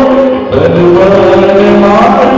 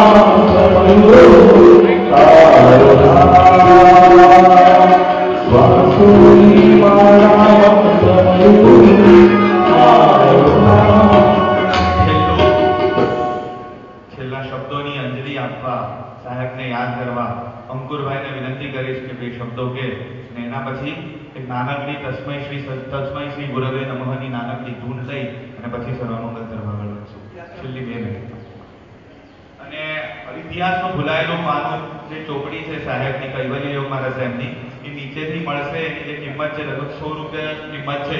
એ કિંમત આપી અને ખરેખર એમાંની સ્ટોરી આપણા છોકરાઓને સંભળાવવા જેવી સ્ટોરી તેની અંદરથી આપણને મળશે.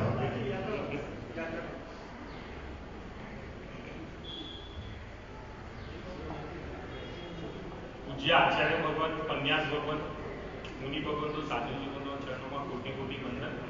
આજના દિવસે સંઘના શ્રેષ્ઠીઓ, વડીલોએ ગુરુદેવની પુણ્યતિથિ નિમિત્તે ખૂબ સરસ લીધું, આનંદ થયો. પણ અહીંયા જ બેસતા બેસતા સાહેબ થકી થયેલા જે ઉપકારો છે એનું બસ 2 જ મિનિટમાં બહુ વધારે સમય નહીં લો. મને પણ ખબર છે કે સમય થવા આવ્યો છે. મને ખાલી ઘડી યાદ આવે છે શ્રાવણ સુદ દસમની. એ દ્રશ્ય હજી પણ જોઈને અત્યારે પણ રૂવાટા ઉભા થઈ ગયા છે. એ સમય પરિપૂર્ણ થયો એના પછીનો જ 15મી ઓગસ્ટ અને આવી જ સભા. પણ એ સભામાં બેસવાની જગ્યાની મુનિસુરત સ્વામી દાદાના પ્રગટાણમાં ત્યારે ચાતુર્માસ પરમ પૂજ્ય આચાર્ય ભગવત મુક્તિવલ્લભ સુરી મહારાજ સાહેબ ઉદયવલ્લભ સુરી મહારાજ સાહેબનું હતું. અને એ સમય એમને બહુ સરસ દ્રષ્ટાંત આપ્યો હતો કે ગુરુદેવ કેવું જીવન જીવી ગયા કે જ્યારે એક ક્રિકેટર સચિન તેંડુલકર જ્યારે વિદાય લે ને સ્ટેડિયમ પરથી, દ્રષ્ટાંત કે એ જ્યારે રિટાયર થાય ને ત્યારે એક સ્ટેડિયમના 4 ખૂણામાંથી એક ગાવસ્કર સ્ટેન્ડ હોય, એક સ્ટેન્ડ ગરવારે સ્ટેન્ડ હોય, એક સચિન તેંડુલકરનો સ્ટેન્ડ હોય, એની માતા બેઠી હોય, અને એક પાછળ હજી એક સ્ટેન્ડ હોય, વિજય હજારે સ્ટેન્ડ. એ ચારે સ્ટેન્ડમાંથી લોકો ઊભા થઈને સલામી આપે કે વાહ સચિન તું શું રમી. એ દ્રષ્ટાંતને સંબોધીને પૂજ્ય ગુરુદેવ ઉદયવલ્લભ સુરીશ્વરજી મહારાજે શું દ્રષ્ટાંત આપ્યું હતું કે ગુરુદેવ તમે જે જીવન જીવી ગયા, એક સ્ટેન્ડ ઉપરથી તમારા માતા સુભદ્રાબેન, એક સ્ટેન્ડ ઉપરથી તમારા પિતા કાંતિભાઈ, એક સ્ટેન્ડ ઉપરથી પ્રભુદાસ કાકા, અને એક સ્ટેન્ડ ઉપરથી સમગ્ર જીમસાસનના સાધુ ભગવંતો ઊભા થઈ અને તમને વિદાય આપી રહ્યા છે કે તમે શું જીવન જીવી ગયા છો, તમે શું જીવન જીવી ગયા છો, જીમસાસન ઉપર શું કરી ગયા છો. પણ આજે એ દ્રષ્ટાંતને આપણે થોડું મોડિફિકેશન કરીએ. હવે એમના વિચારો દ્વારા આપણે ઈ ફિલ્ડને ફરી પાછી જાગૃત કરીએ કે એક સ્ટેન્ડ ઉપરથી વર્ધમાન સંસ્કાર ધામ કહીએ, એક સ્ટેન્ડ ઉપરથી તપોવન કહીએ, એક સ્ટેન્ડ ઉપરથી સમગ્ર જીમસાસનના સાધુ ભગવંતો કહીએ, અને એક સ્ટેન્ડ ઉપરથી બાળ સંસ્કાર અભિયાનના નાના બાળકો, એ બધા જ આ ગુરુદેવને ભાવપૂર્ણ શ્રદ્ધાંજલિ આપી ને 13 નહીં પણ 13,000 વર્ષ આ મહાવીર પ્રભુનું શાસન જ્યાં સુધી ચાલે ને ત્યાં સુધી ગુરુદેવનું નામ આ વિશ્વમાં જાગતું રહે. બસ એ જ અભ્યાસના સાથે આજનું જીના કર્યું કાંઈ પણ બોલાય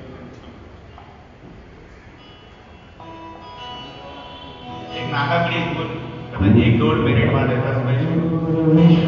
ગુરુદેવો મહેશ્વરા ગુરુ સાક્ષાત તસ્મૈ શ્રી ગુરુવે નમઃ.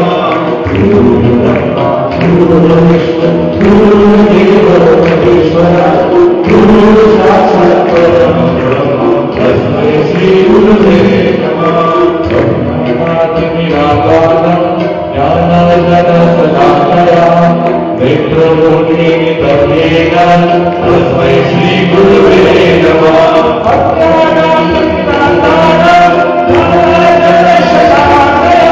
નેત્રમૂર્તિ તમેન તસ્મૈ શ્રી ગુરુવે નમઃ. ગુરુ બ્રહ્મા ગુરુ વિષ્ણુ ગુરુદેવો મહેશ્વરા ગુરુ સાક્ષાત પરબ્રહ્મ તસ્મૈ શ્રી ગુરુ બ્રહ્મા ગુરુ વિષ્ણુ ગુરુદેવો મહેશ્વરા ગુરુ સાક્ષાત પરબ્રહ્મ તસ્મૈ શ્રી ગુરુવે નમઃ. પ્રભુ કૃપા હે તુમ મિલે, ગુરુ કૃપા હે પ્રભુ મિલે, પ્રભુ કૃપા હે તુમ મિલે, ગુરુ કૃપા હે પ્રભુ મિલે, પ્રભુ કૃપા હે તુમ મિલે, ગુરુ કૃપા હે પ્રભુ મિલે, પ્રભુ કૃપા હે ગુરુ મિલે, ગુરુ કૃપા હે પ્રભુ મિલે. અજ્ઞાનાદિ નિરાકારં જ્ઞાનાનંદ સદાકરા નેત્રમૂર્તિ તમેન તસ્મૈ શ્રી ગુરુવે નમઃ. અજ્ઞાનાદિ નિરાકારં જ્ઞાનાનંદ સદાકરા નેત્રમૂર્તિ તમેન તસ્મૈ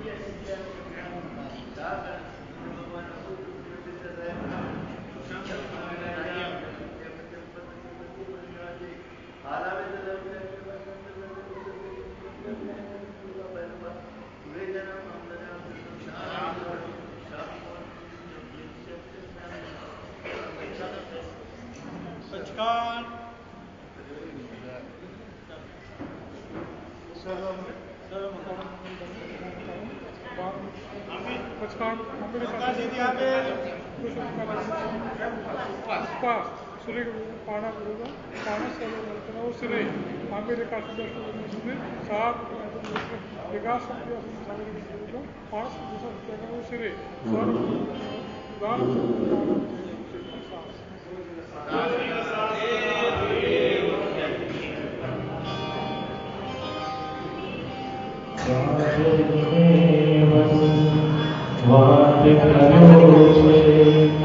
Jai